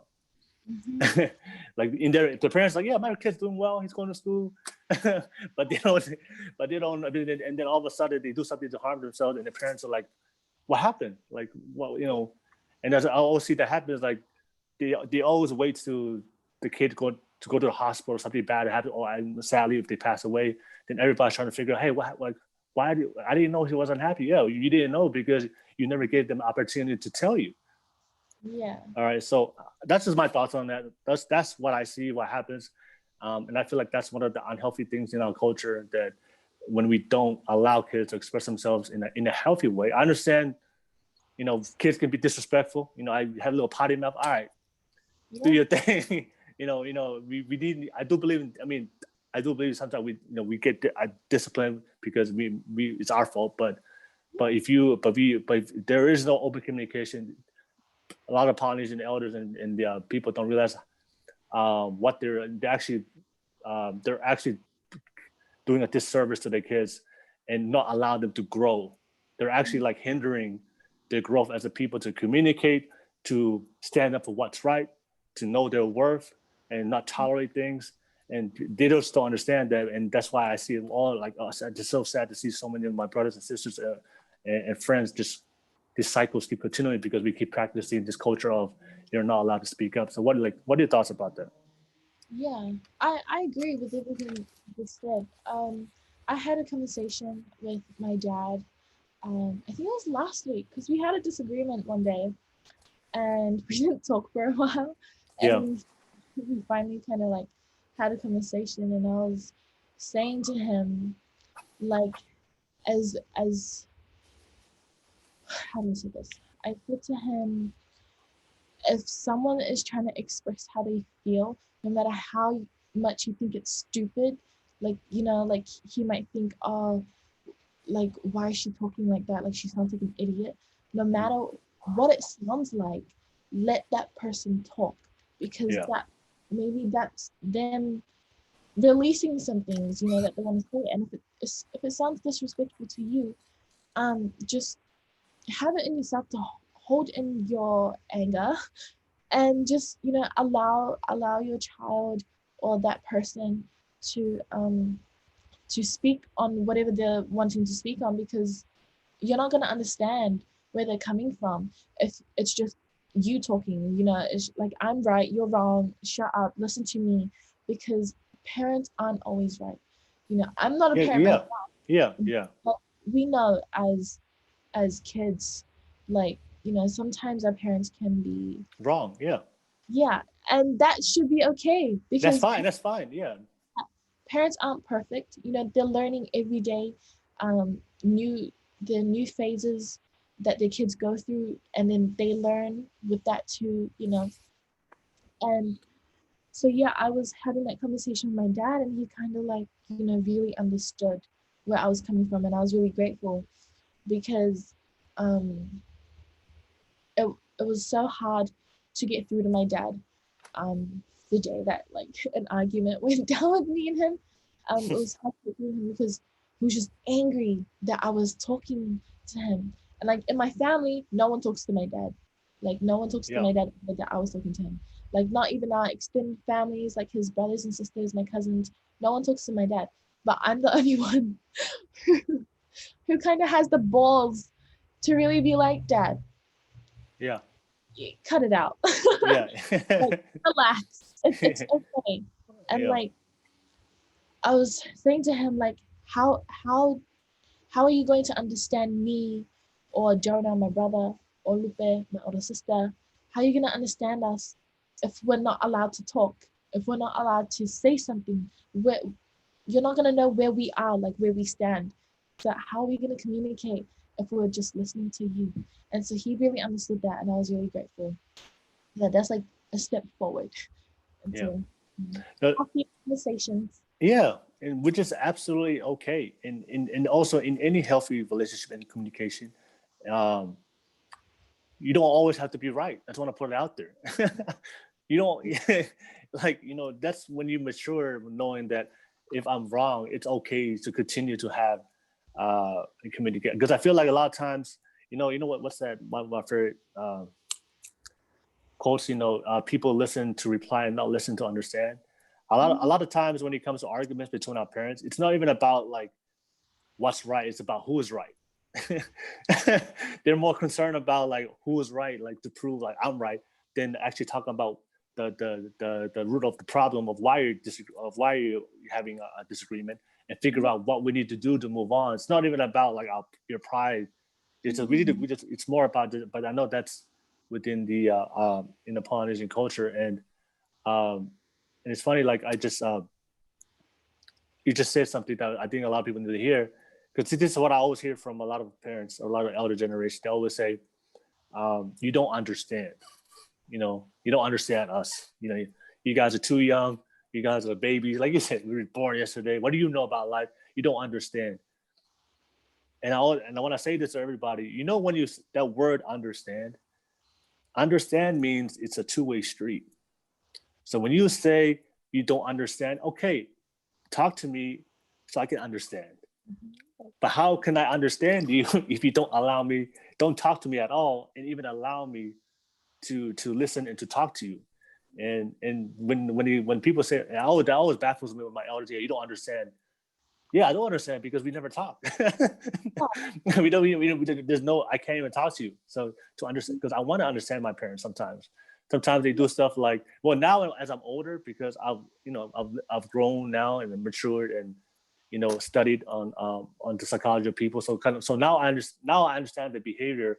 But as a kid, because there was no understanding, I just felt like because there was no understanding, I just took things at face value. Where okay, they're not talking to me, so my parents don't care.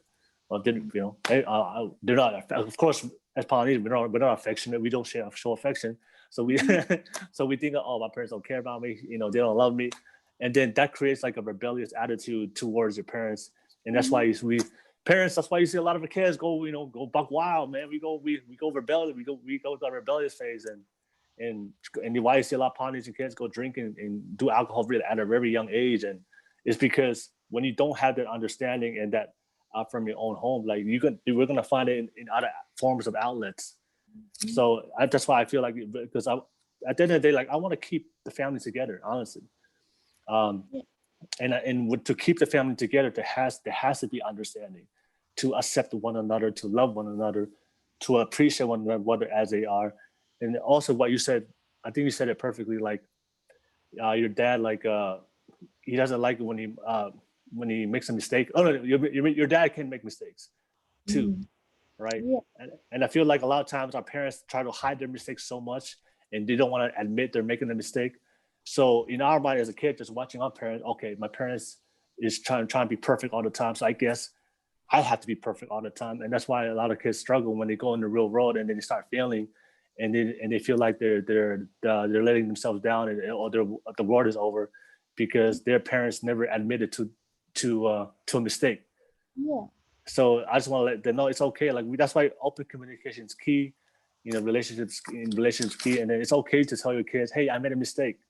Because you're telling them that because your kid's gonna make a mistake one day, and then instead of like blaming themselves, be like you said, be hard on yourself. Oh my God, I make a mistake, it's over.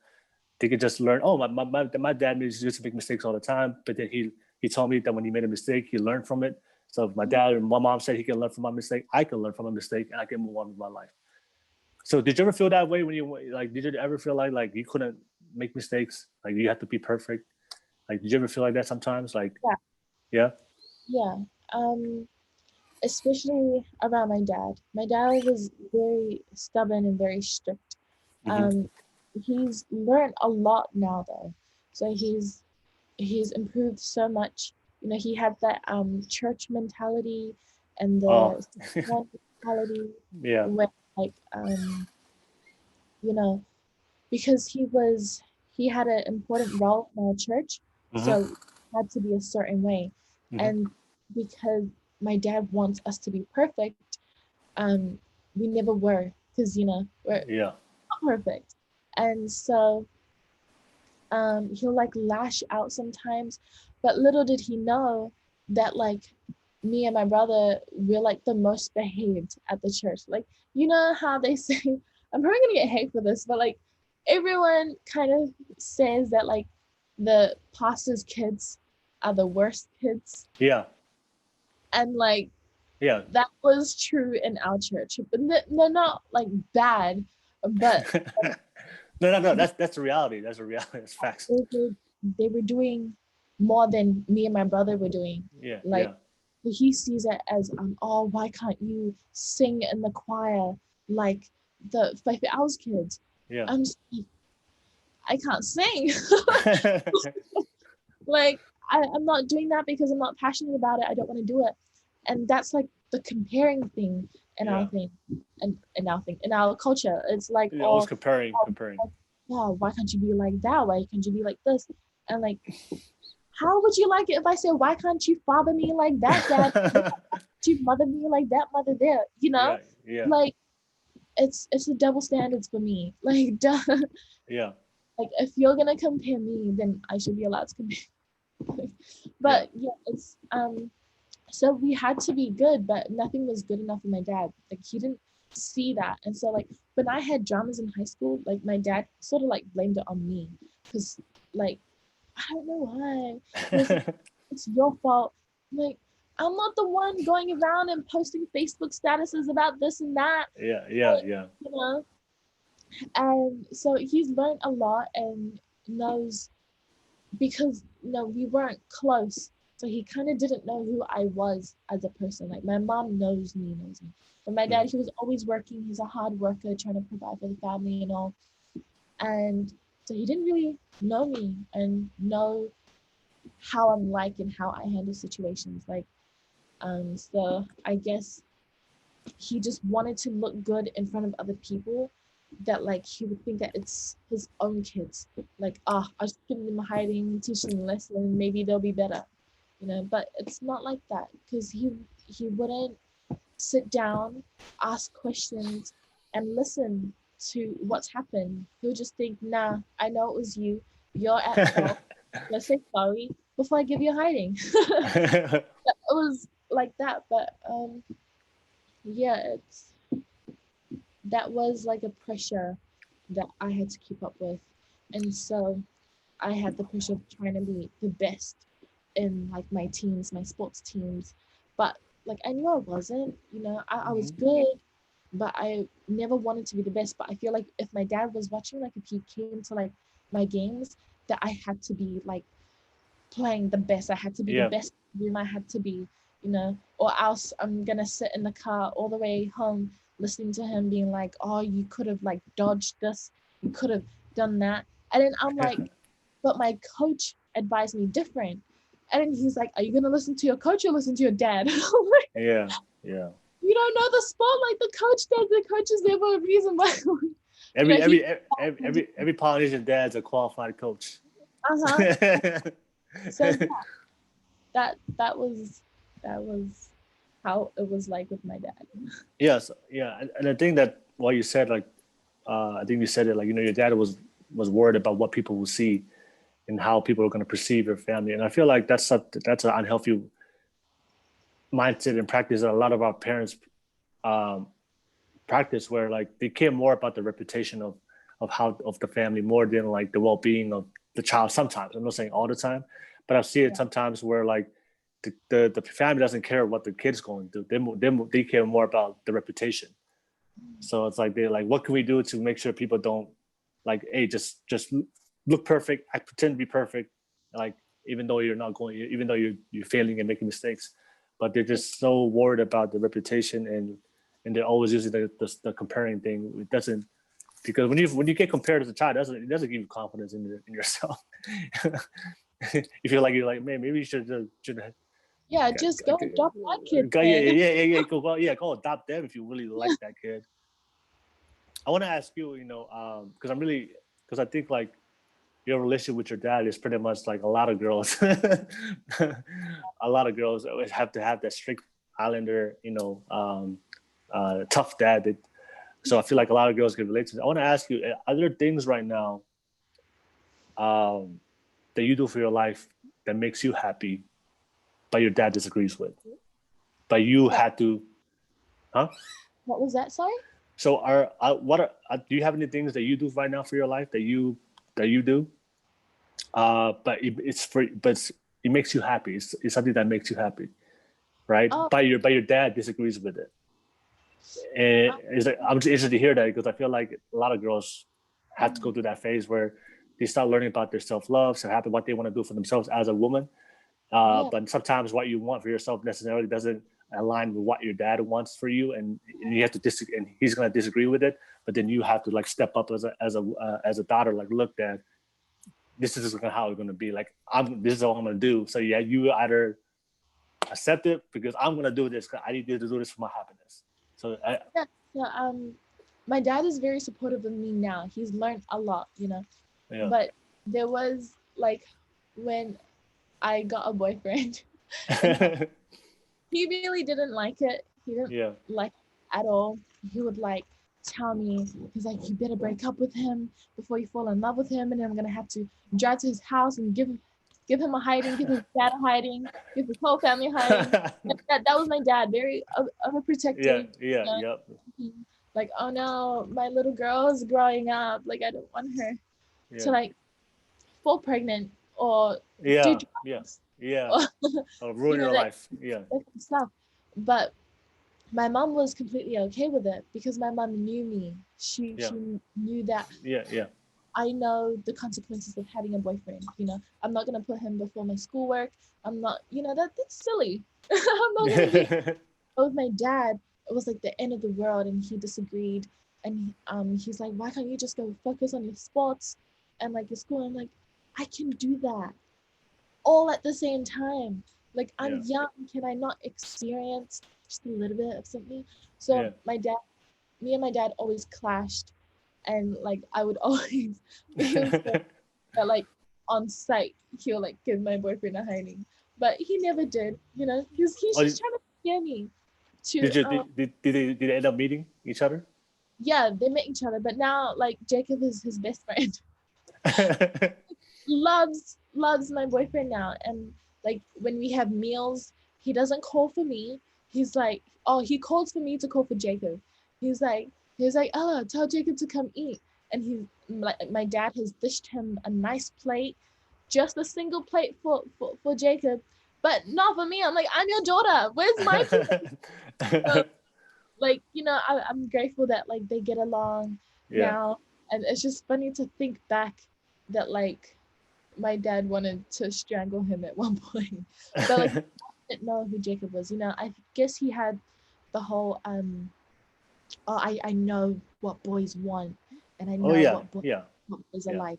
Yeah. Like, yeah, I'm not stupid enough to for guys like you. Like, I know you with mom, you crazy. When you got it's a different story from back in the day.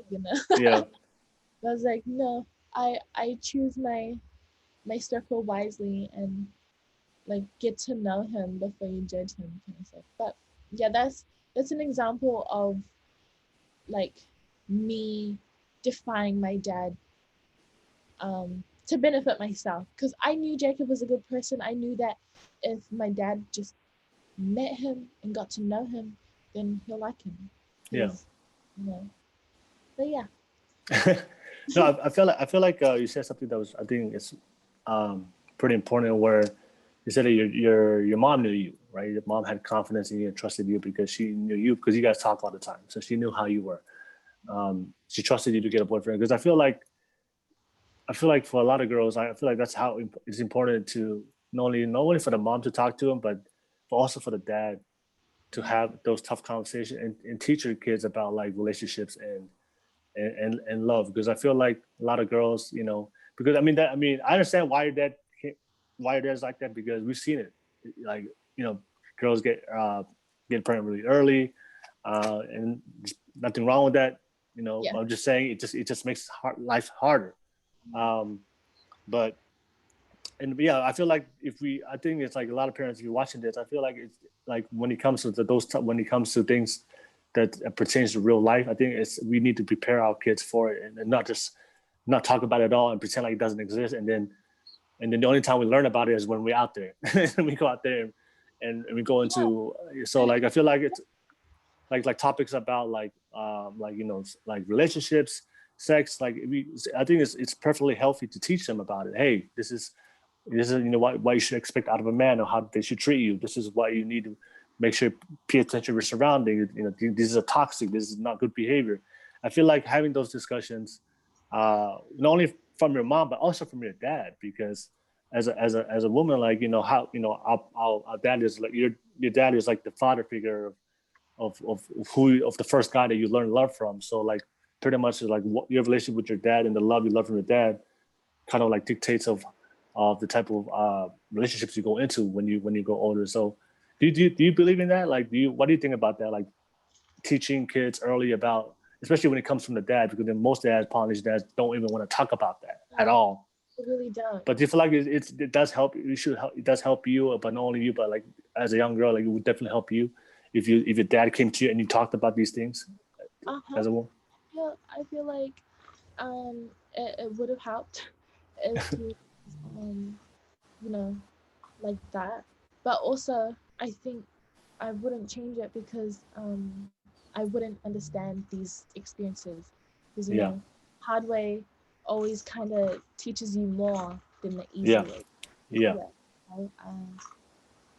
Yeah. Um That's your I, train of thought. That's all good. yeah. It's all good. Um No, I want to ask you. I want to kind of switch transition topics real quick. And I know you talked about your being starting your own little business online, being your little entrepreneurship thing you're doing with your cousin. I think that's great. By the way, that's cool. It's always good to see Polynesians stepping outside their comfort zone, elevating themselves, be successful. I'm all about that. So can you talk about that a little bit real quick? Just talk about why you and your cousin started that. your experience from it. Also, like, can you talk a lot of the failures and criticism that you guys got along the way? Because I know how, whenever a Polynesian ever tries to start a business, or whenever they try to be successful, they always receive a lot of criticism, not only from their own people about their business. So can you talk about that? So me and my cousin have a small business called Coco Glam. And so our name, we struggled with a name for a long time because we wanted it to represent us and of course like beauty. And so Coco Samoa. So that was our little Samoanizing our business. Yeah. So yeah, and inspiration came from just us loving to put makeup on, the different looks. But like me and my cousin are very different. So she's more like beauty makeup, like the makeup I have on now. So that's like her flavor. But with me, I like doing like gruesome makeup looks, like Halloween makeup looks, or like blood, gotcha. the ugly stuff and but I do enjoy like glam makeup too. So yeah, we just partnered up when I moved to Australia, and we like just thought that maybe this would be something huge, and it would be great to have like poly makeup artists around, understand like different skin tones and different shades, because when I was in China and they did makeup for us, like they only had white makeup. They didn't have makeup dark enough for my skin. So I had to like take off the ghost makeup and do my makeup myself, because I was like, no, I'm not going out there looking like a ghost. Yes, so we can relate to other Pacific women. But my cousin's Yolandi. Okay, got it. Yeah, Got it. so we do that business together. And yeah, we've been criticized a lot. Like they'll say, "Oh, your prices are so expensive." I'm like, that's the lowest we can go, because the products that we use, they're not cheap. So we're doing you guys a favor, because if you were to buy these products yourself and do them yourselves, over $1,000, literally, because we have, we value our clients enough to give them like the best, like the luxury products. It's not about the money for us really. It's about making others feel beautiful. So we've had to do makeup on men and women. So that's cool. And we do hair as well. And like for us, it's just the joy of seeing someone like see themselves for the first time, enhancing their natural features and all. It's such a nice rush, that you someone something to smile about, and that's kind of what we're all about. Okay, what was some of the criticism you guys heard from people? I'm just interested to hear. Oh, like some messages will say just like our pricing is too much, or like a client's makeup doesn't look that great. I'm like, it is what it is. Like you just, oh, like come to us and let us serve you, and then decide whether or not it's good enough, because you're just judging from a photo, and of course photos have a billion words to it. Of course in person I look different, but on camera it's also different. So yeah. And also like why are you guys doing that small business when you guys can go and get jobs? It's like, if we were able to get jobs, we would get jobs, but this is like what we're trying to do, to grind out and hustle, because we've applied for a billion jobs and no one wants us. So we see it as like a sign from the universe that this is what we're meant to be doing. And so me and Landy, we do like we're gonna start doing some like fitness videos, and just inspire, like us polys were kind of big and we love food, and very unhealthy foods. I think for us, we just want to promote a healthy lifestyle, along with our beauty and all that. Yeah. What would you for all these, I'm sure there's a lot of girls out here watching this, and they want to start a business, and they want to, they want to follow their passion and dreams of what they want to do. But this is the question I get a lot from people, because they follow my journey, and they always ask me like, how did you start? And and I always tell them like, there's no magic formula to starting. You just gotta start. I do understand we have mental blocks, like we have the fear of failure, you have the fear of things not working out. Maybe you feel like you're not good enough, which are natural feelings when you go into something that's unknown. Honestly, but for me, like going, living my own dreams and following my own passion. I always tell people like, look, like there was no magic formula. It was like the Matrix, where you had the red pill and the blue pill. You had to figure out which one you want to take. No, there was just a day where and I know a lot of people always say, I always hear from people, when's the perfect time or perfect moment? And it's like, I always like, there's no perfect time. It's just a moment of time. You just decide, okay, I'm just gonna try. And I feel like, for a lot of people that's watching, that's what success is just trying. And and never giving up, and then just learning from every experience. And because everything I've done, whether it's speaking, whether it's podcasting, even when I started this podcast 8 months ago, like I didn't know what to do. I didn't never work the camera in my life. I never edited videos. I just knew I wanted to start a podcast. I felt like there was something that I would be interested in doing and love doing. I got a camera and asked people and started shooting. And 8 months in, this is where I'm at right now. So so I just but that's my little side of it. But I want to ask you, because I know that's a common question a lot of people hear, and I know I see a lot of talented and entrepreneur, like women with great ideas that just they have a hard time starting. So share your wisdom. Me and my cousin, we were afraid. We were so scared. Like when we had posted about it, like like opening up our makeup business, we were so scared that no one is gonna like book with us and ask for our services. But really, it's like, just do it. Like Yep, like Nike. Try it. Yeah, like I don't think there's like a certain time. Like you said, like there's just do it, whatever. Do it. Just literally make like Nike and just do it.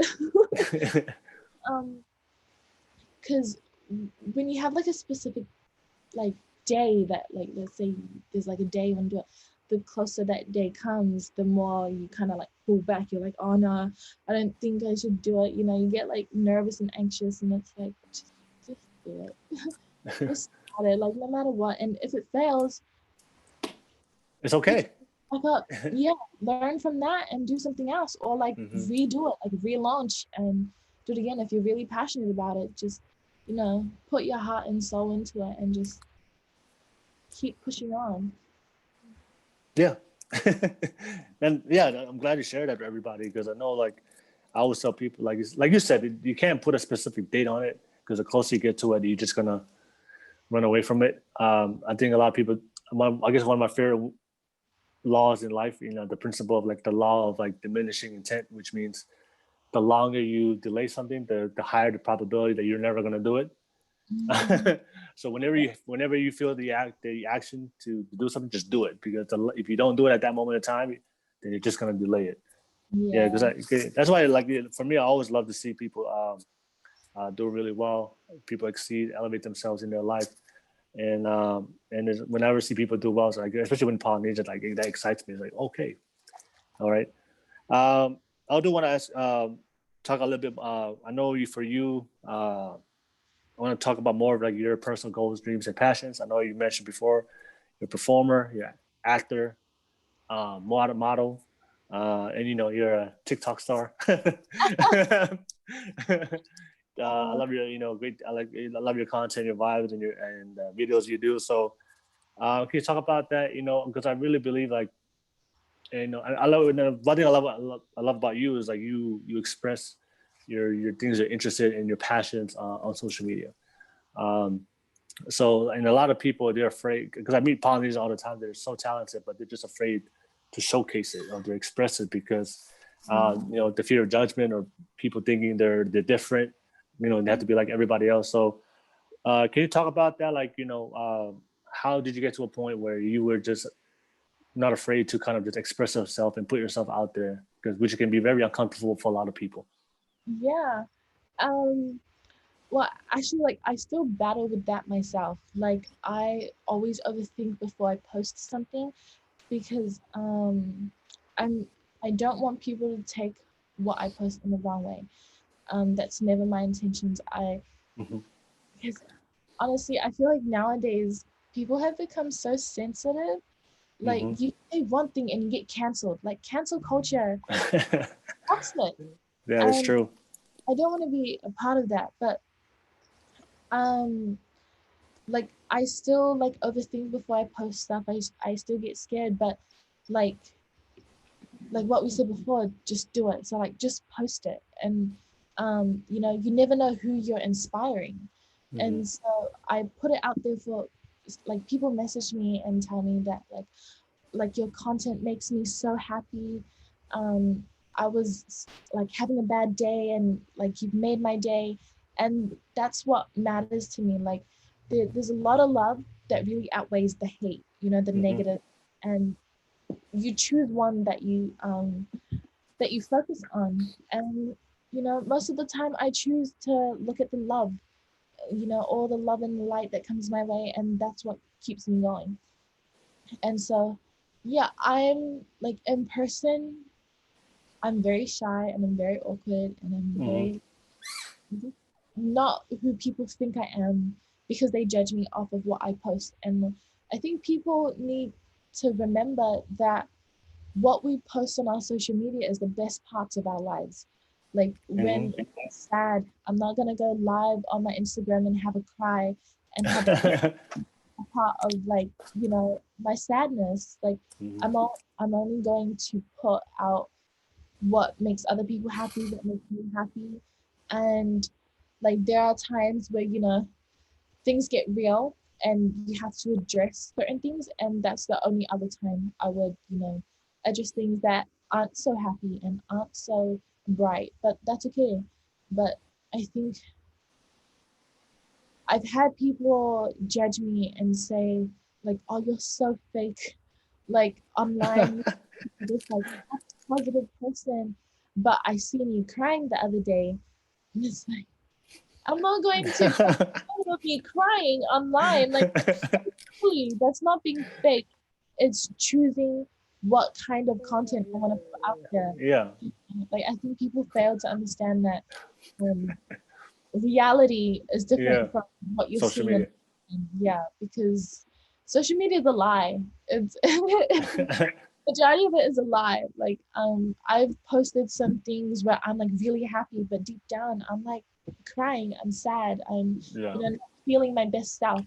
But like doing these things actually make me happy. Like posting videos, filming videos, dancing videos, whatever kind of stuff. Like that brings me joy, and I'm gonna continue doing that. And of course, there's like the downside of things, but you just push through. Nothing's perfect, but yeah, I try my best to empower people who come to me with like their issues, and I try to be there for them as much as I possibly can. But the thing with that is I've noticed that some people kind of like use me. They kind of I've had a situation where I helped someone get through their suicidal stage, and now they want to come and live with me here in Melbourne. So that's kind of like crazy, I wouldn't say that I'm an influencer, that I'm a big influencer, but in some way I do have some sort of influence towards people, and being someone like that in our Polynesian community, I get a lot of weird messages. And so if someone out there is trying to be, a social media person, it's not all that great because sometimes things get scary, things get real ugly, but it's worth it for me because I enjoy it. I enjoy majority of what I do, posting videos, making people smile, the vibes. That's cool. That's cool. Yeah, yeah, and that's yeah. I'm gonna make sure if you after this video, check out. I'll make sure her tags on her pages up below, so you go check her out. There's some great content. Good dance. She's a professional dancer, pretty good dancer, really good dancer. Like and I think she's in all platforms, so check it out. Yeah, and just everybody out there, just it's okay. Like I think it's um, if you want to be a social media influencer, if you want to do social media, I think one thing I always like to say to people: make sure you're happy in real life more than you are on social media. So like if you look more happy on social media than you are in real life, then that's a problem. Like take some time and work on yourself, and make sure you're happy. That's something I always make sure I do. Because I remember when I first started, there were days where like I'll post something, and if I make happy, like a happy content, I post something about happiness, but I wasn't happy. But now I've learned, really kind of discipline myself now to make an effort to make sure that I'm always happy before I post something. And if I'm not happy, then it's okay if I don't post anything. I don't have to always post stuff. I know sometimes my followers will like hit me up. Hey man, you haven't posted something today. What's up, man? What's going on? I was like, I have a life, man. I have a life too. I have a life too. But I love all the people that support me. So I guess the last thing I want to talk about real quick is your thoughts about mental health, because I feel like that's something that's important. I know you shared your story. I know you went through some of it as well in your life. I know you talked about when you really early in your life that you didn't know what sadness was. You didn't know what feelings were you feeling, especially those dark days, those dark times that you went through in your life. So and I know for Polynesians, a lot of people can relate to it because and when we grow up as kids, we don't talk about emotions. We're taught to like you said, shut up, shut up and deal with it. So we don't learn like emotional intelligence to kind of internalize what we're feeling to know if it's healthy or not healthy. So we just kind of like if we feel sad, we just like okay, we just disregard it and we don't deal with it and we just leave these emotions in and that's why a lot of people have. That's why I see a lot of Polynesians. I feel like everyone goes through some kind of mental health issue in their life, whether they recognize it or not. So I feel like it's so important to take care of your mental health because everything starts with your mind. And I wanted to ask you, you growing up. I know you talked about it, but like, when did you learn about mental health? When did you start learning about understanding your feelings, internalizing it? Learning to let go, learning also for everyone out there, it's okay not to be okay. All right. There's nothing wrong with being sad, even if you're a guy. There's nothing wrong with crying, guys. If you cry, does not make you less of a man. There's nothing wrong with going through those moments of time, but just make sure you don't stay there. I think one of my favorite quotes is, "Pain is part of life, but it does not mean you deserve to stay there. You have to move on from it." Okay. But you can talk about that because I feel like you had your own experience, but I feel like a lot of people definitely need to hear this and will definitely add value to my audience. Can you talk about that? So I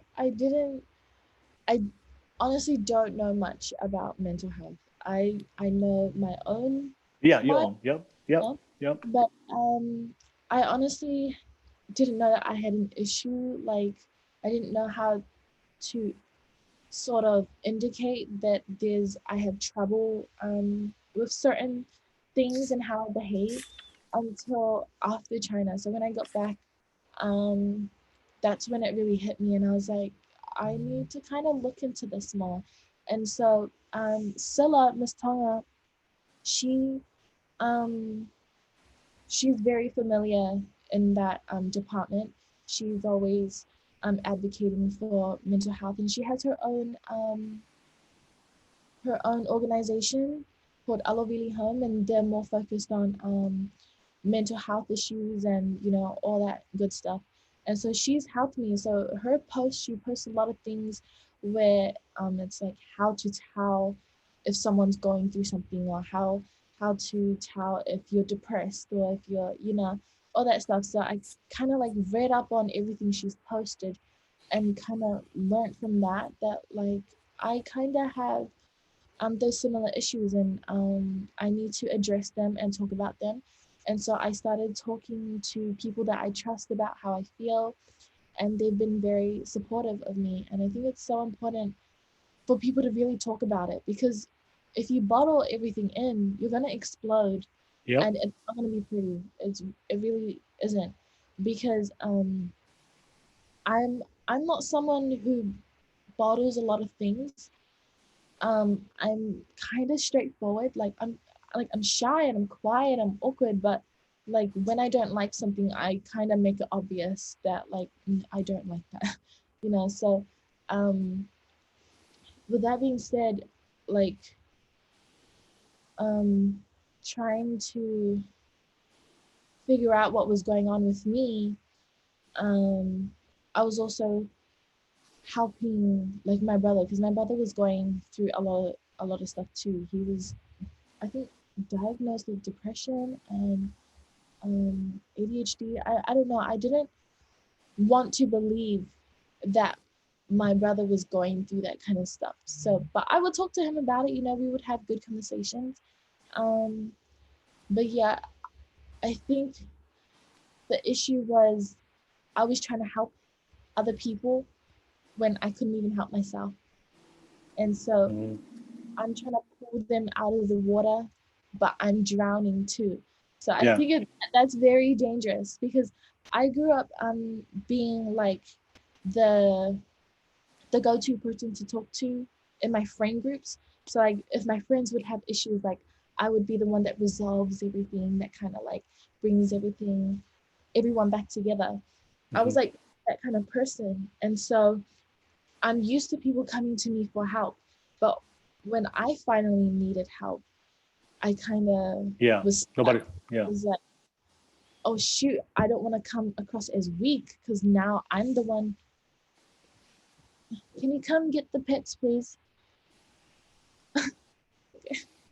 Um, because now that I am needing help, I don't know how to ask for it. Like I'm too shy, I'm too embarrassed. Like I can't even take my own advice. But sometimes, you kind of have to be told what to do when you're confused with yourself. Like, and then I was questioning myself, like, why can you give people advice and you can't take it yourself? Like you sound like a hypocrite. It should be that easy for me. I would tell myself it should be easy, because I'm helping these people. You can help yourself too. But with that, like I'm alone. I'm lonely in my own mind, just talking to myself, Mm-hmm. trying to make myself feel better. But I think it's so important to talk it out with other people, because then they can tell you their experiences, and then you guys can relate. And it's like, wow, because there are some things where I thought I was alone in. And then when someone else mentions it, I'm like, okay, I'm not weird. I'm not crazy. Like, I'm not one who feels this way. Yeah. Yeah, that's how I feel with my mental. It's important to speak about it with people that you trust, and um, just like initiate those conversations, because they're super important. And yeah, for the guys as well, I've helped my guy friends get through tough times, and yeah, and they're like gangsters too. So like, it's not weak to speak. Like we know you're a gangster, but it takes a real gangster to hide his feelings. Yeah. So like for you, like I'm interested to hear, like, when you go through your tough times, like, what do you do personally to feel better about yourself? I eat, I sleep, I reflect on what's making me upset. I acknowledge it, I think about it, and just sorry, my cat. It's fine. Yeah, that's like kind of like what I do. And I talk to people that I trust share my issues. And if I don't feel like talking, I just do what makes me happy. Like I'll watch mukbang videos on YouTube. I eat my favorite foods. I sleep it off, and yeah, I usually give myself time to like. I give myself time, and if I'm not feeling okay at the end of it, then I'll seek for more help amongst people that I trust. And so that's kind of like my routine. Okay. Yeah, and I think what you said the best was like, you have to, because I know as Polynesians, like we're very giving people, and that's how we're taught growing up. Give, give, give. Give to others, help you, and help others, and then that becomes our natural way of life and person and character, that like to give, give, give. But I guess one of my favorite sayings is like, you can't give from an empty cup. You make sure your cup is full before you fill somebody else's cup. But yeah, like, and it's okay. That's not, and I think that's one of the. I want to ask you, like, has there ever been a time in your life where you had to do something for your own peace and happiness and your mental health that a lot of people may, in your, either family or friends or culture, like, may not understand why you do that, but that's something you do for yourself? Because sometimes I feel like when it comes to our own mental health or self love, like I give you one example, like if you just want to disappear from everybody and just be alone, that's fine for your own peace and happiness and tranquility. That is absolutely fine. Like, you don't have to explain to people, hey guys, I'm gonna disappear for. You don't have to like send a note. You don't have to put like a Facebook announcement. A lot of people do. They'll announce they're about to take time off Facebook, which I feel like nobody cares. Like just go. I always laugh when I see people do that. Like, hey guys, I'm gonna be off Facebook for 7 days. Just letting you guys know. I was like, that's like nobody worries about that. But I'm just saying, like, if you want to disappear and go to some place and just have that peace, there's nothing wrong with that. But I know some people are like, oh wait, you haven't talked to her. She just disappeared off the map, but she's being antisocial. Like, oh wow, what a mean person. They might, people might have their judgment, but like you said, like, you just don't know what somebody's going through. So it's better, like you said, the one thing I want to just ask everybody's watching, if somebody's going through something, and like you said, your friend Sarah said, be aware of symptoms, right? If somebody's going through something, like how you can know when somebody's struggling. But if somebody's struggling and you see somebody acting weird or acting out or something, reach out and ask and figure out what's going on before you judge them and criticize them based on what you see. And then that just pushes, sometimes it just pushes that person away from people and more deeper into whatever they're going through. One thing I've learned is just check up on people. And then if I see somebody struggling, I might just say, hey, hey, what's going on? Everything good? Even though, and sometimes I can tell, sometimes people in Polynesia, oh, we're good, I'm good, everything's good. I'm like, no, you're not. I can see it through your eyes, like you're smiling, but I can see I can see it. You're crying inside. So I think but that's just me, because I'm really aware of mental health and when it comes to people. But yeah, I just want to ask that for you. Like, did you ever done something in your life where you just had to do you, and then a lot of people didn't understand it, and they kind of like, So there was a birthday in the family, and I didn't want to go because of seeing people that have hurt me. And so my family kind of took that as like, oh, you're still wanting drama, like, oh yeah, and I'm like, no. Like, I've forgiven people, I've forgiven all my enemies, like, I wish them well, love and light to them, but I'm not going to continue surrounding myself with people that feel like crap. And so, like, some people didn't understand that, and I'm like, who am I to go on my social media and spread positivity and being kind, and then surrounding myself with people who don't spread kindness themselves? Like, that's so hypocritical of me, like, to do that. Like, do you think I'm an idiot? Like, I know these people. I know that like my family mean well and all, but like I did that for me because I don't want to surround myself with negative people, you know. Yeah. I'm choosing not to go for my own self, you know, like don't take offense to it. Like enjoy your time there. Then I ended up having to go because it was my mom's cousin, and um, you know, it was fine. I saw the people that don't really I didn't want to see, but you know, it was fine. I kept my distance, and yeah, but there was like a little like argument about it before like going. I was like, no, I'm not going. Like, you know, I'm protecting my peace, and that should be okay. Like, I'm an adult. I can go Yeah. to a if I want or if I don't.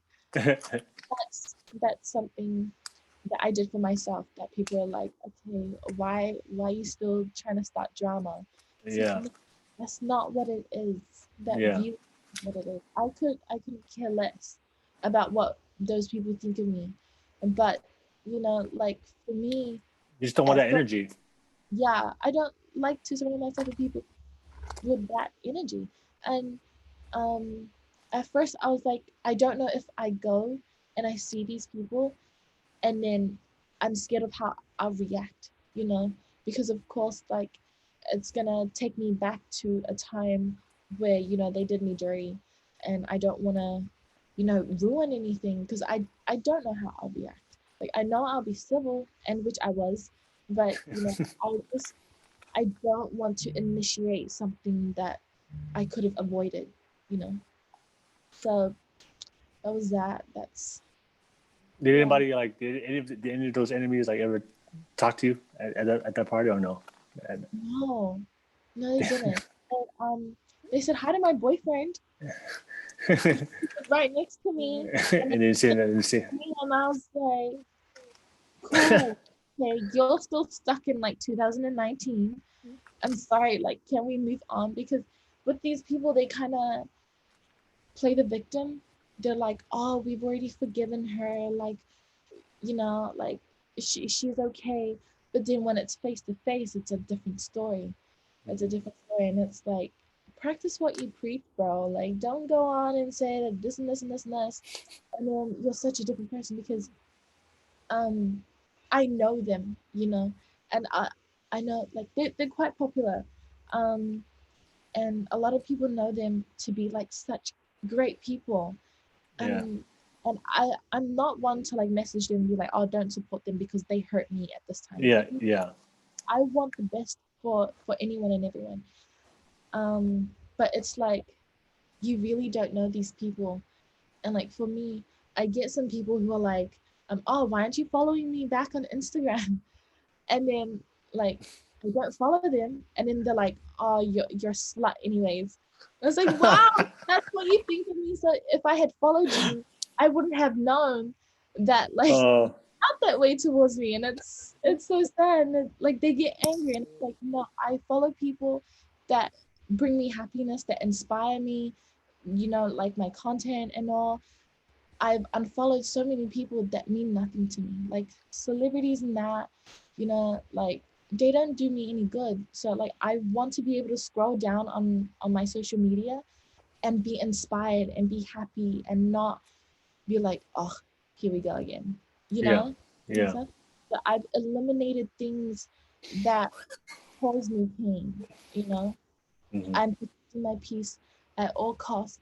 Doesn't matter who you are, you know, it's for my own good because that's important. Yeah. Um, hey, thank you for sharing that. By the way, that's funny. I was laughing when you said you just told your parents like I'm an adult, right?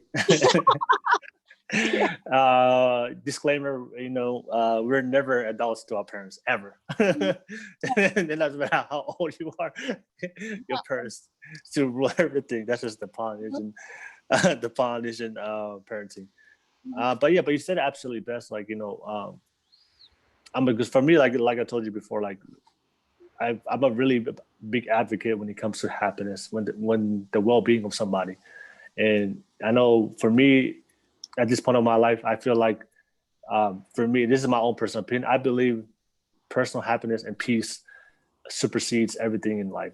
Transcends everything. Like I feel like it supersedes family, it supersedes culture, it supersedes your job, relationship, whatever. If people, organizations, situations are hurting you, I feel like your happiness and peace comes first. And I'm a very big I'm an energy person.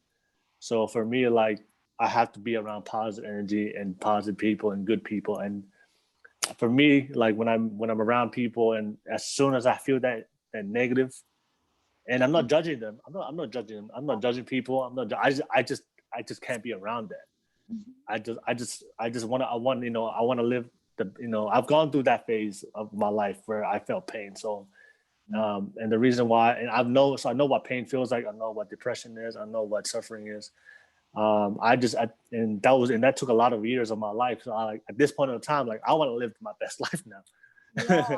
I want to live every moment, every second around just happiness and joy. And of course, I have my ups and downs, but for me, like energy is important. And then what you said, you have everybody watching this, like protect your peace, protect your happiness, protect yourself, and you don't have to justify. That's the thing. You don't have to justify that to anybody. If you want to like unfollow somebody because it's toxic, press that button. You don't need to send them a DM. Hey, just to let you know, I'm gonna follow you. You don't have to. If they do reach out back to you, like, hey, why'd you unfollow me? You don't have to. If you want to respond, you can. You don't have to. Like, it's your happiness. Protect it as much as you can, because life is short. That's one thing I always tell people. Life is short. Like for me, like I could die tomorrow. And if I was sad today, then that means my last day today would be like miserable before I move on. So like I just have this feeling like life is short. I value life so much, and I think that's something I just want to throw out there for a lot of people. Like value your life. I know sometimes if you're young, like in our generation, we don't really we think we have the whole world ahead of us and we have so much time. But then I don't know if you I don't know if like you feel do you feel like when you get older, like time just goes by faster? For sure. Like when you're younger, it was like slow in high school and in middle, it was so slow. And today I'm 22. What the hell? Next, I know, right? The pandemic just went, like 2020 went by so fast. I remember the news came out about the coronavirus. The next thing you know, it's 2021, and it's about to be the end of January. So for me, like my value of life is like I value it so much that I want to spend it, being happy and doing what things you love. So I want to, and I know that we live in an imperfect world. So everybody out there that's struggling and going through this stuff, like number one, like just protect your happiness and and value life. You have so much life ahead of you, and then it's like it's not worth it to live your whole life in you're not happy. All right, so just had to put it out there, and thank you for sharing that. That was a really fun, entertaining story. I think as Polynesians, we all go and do that where our family want us to go somewhere to a family event, and be like, no, like I don't want to go. I don't want to go. Yeah. But I guess we've come to the end of the podcast. Oh my God, man, you shared some great stuff today. Thank you for sharing thank you so much for sharing your life story. Talk about all.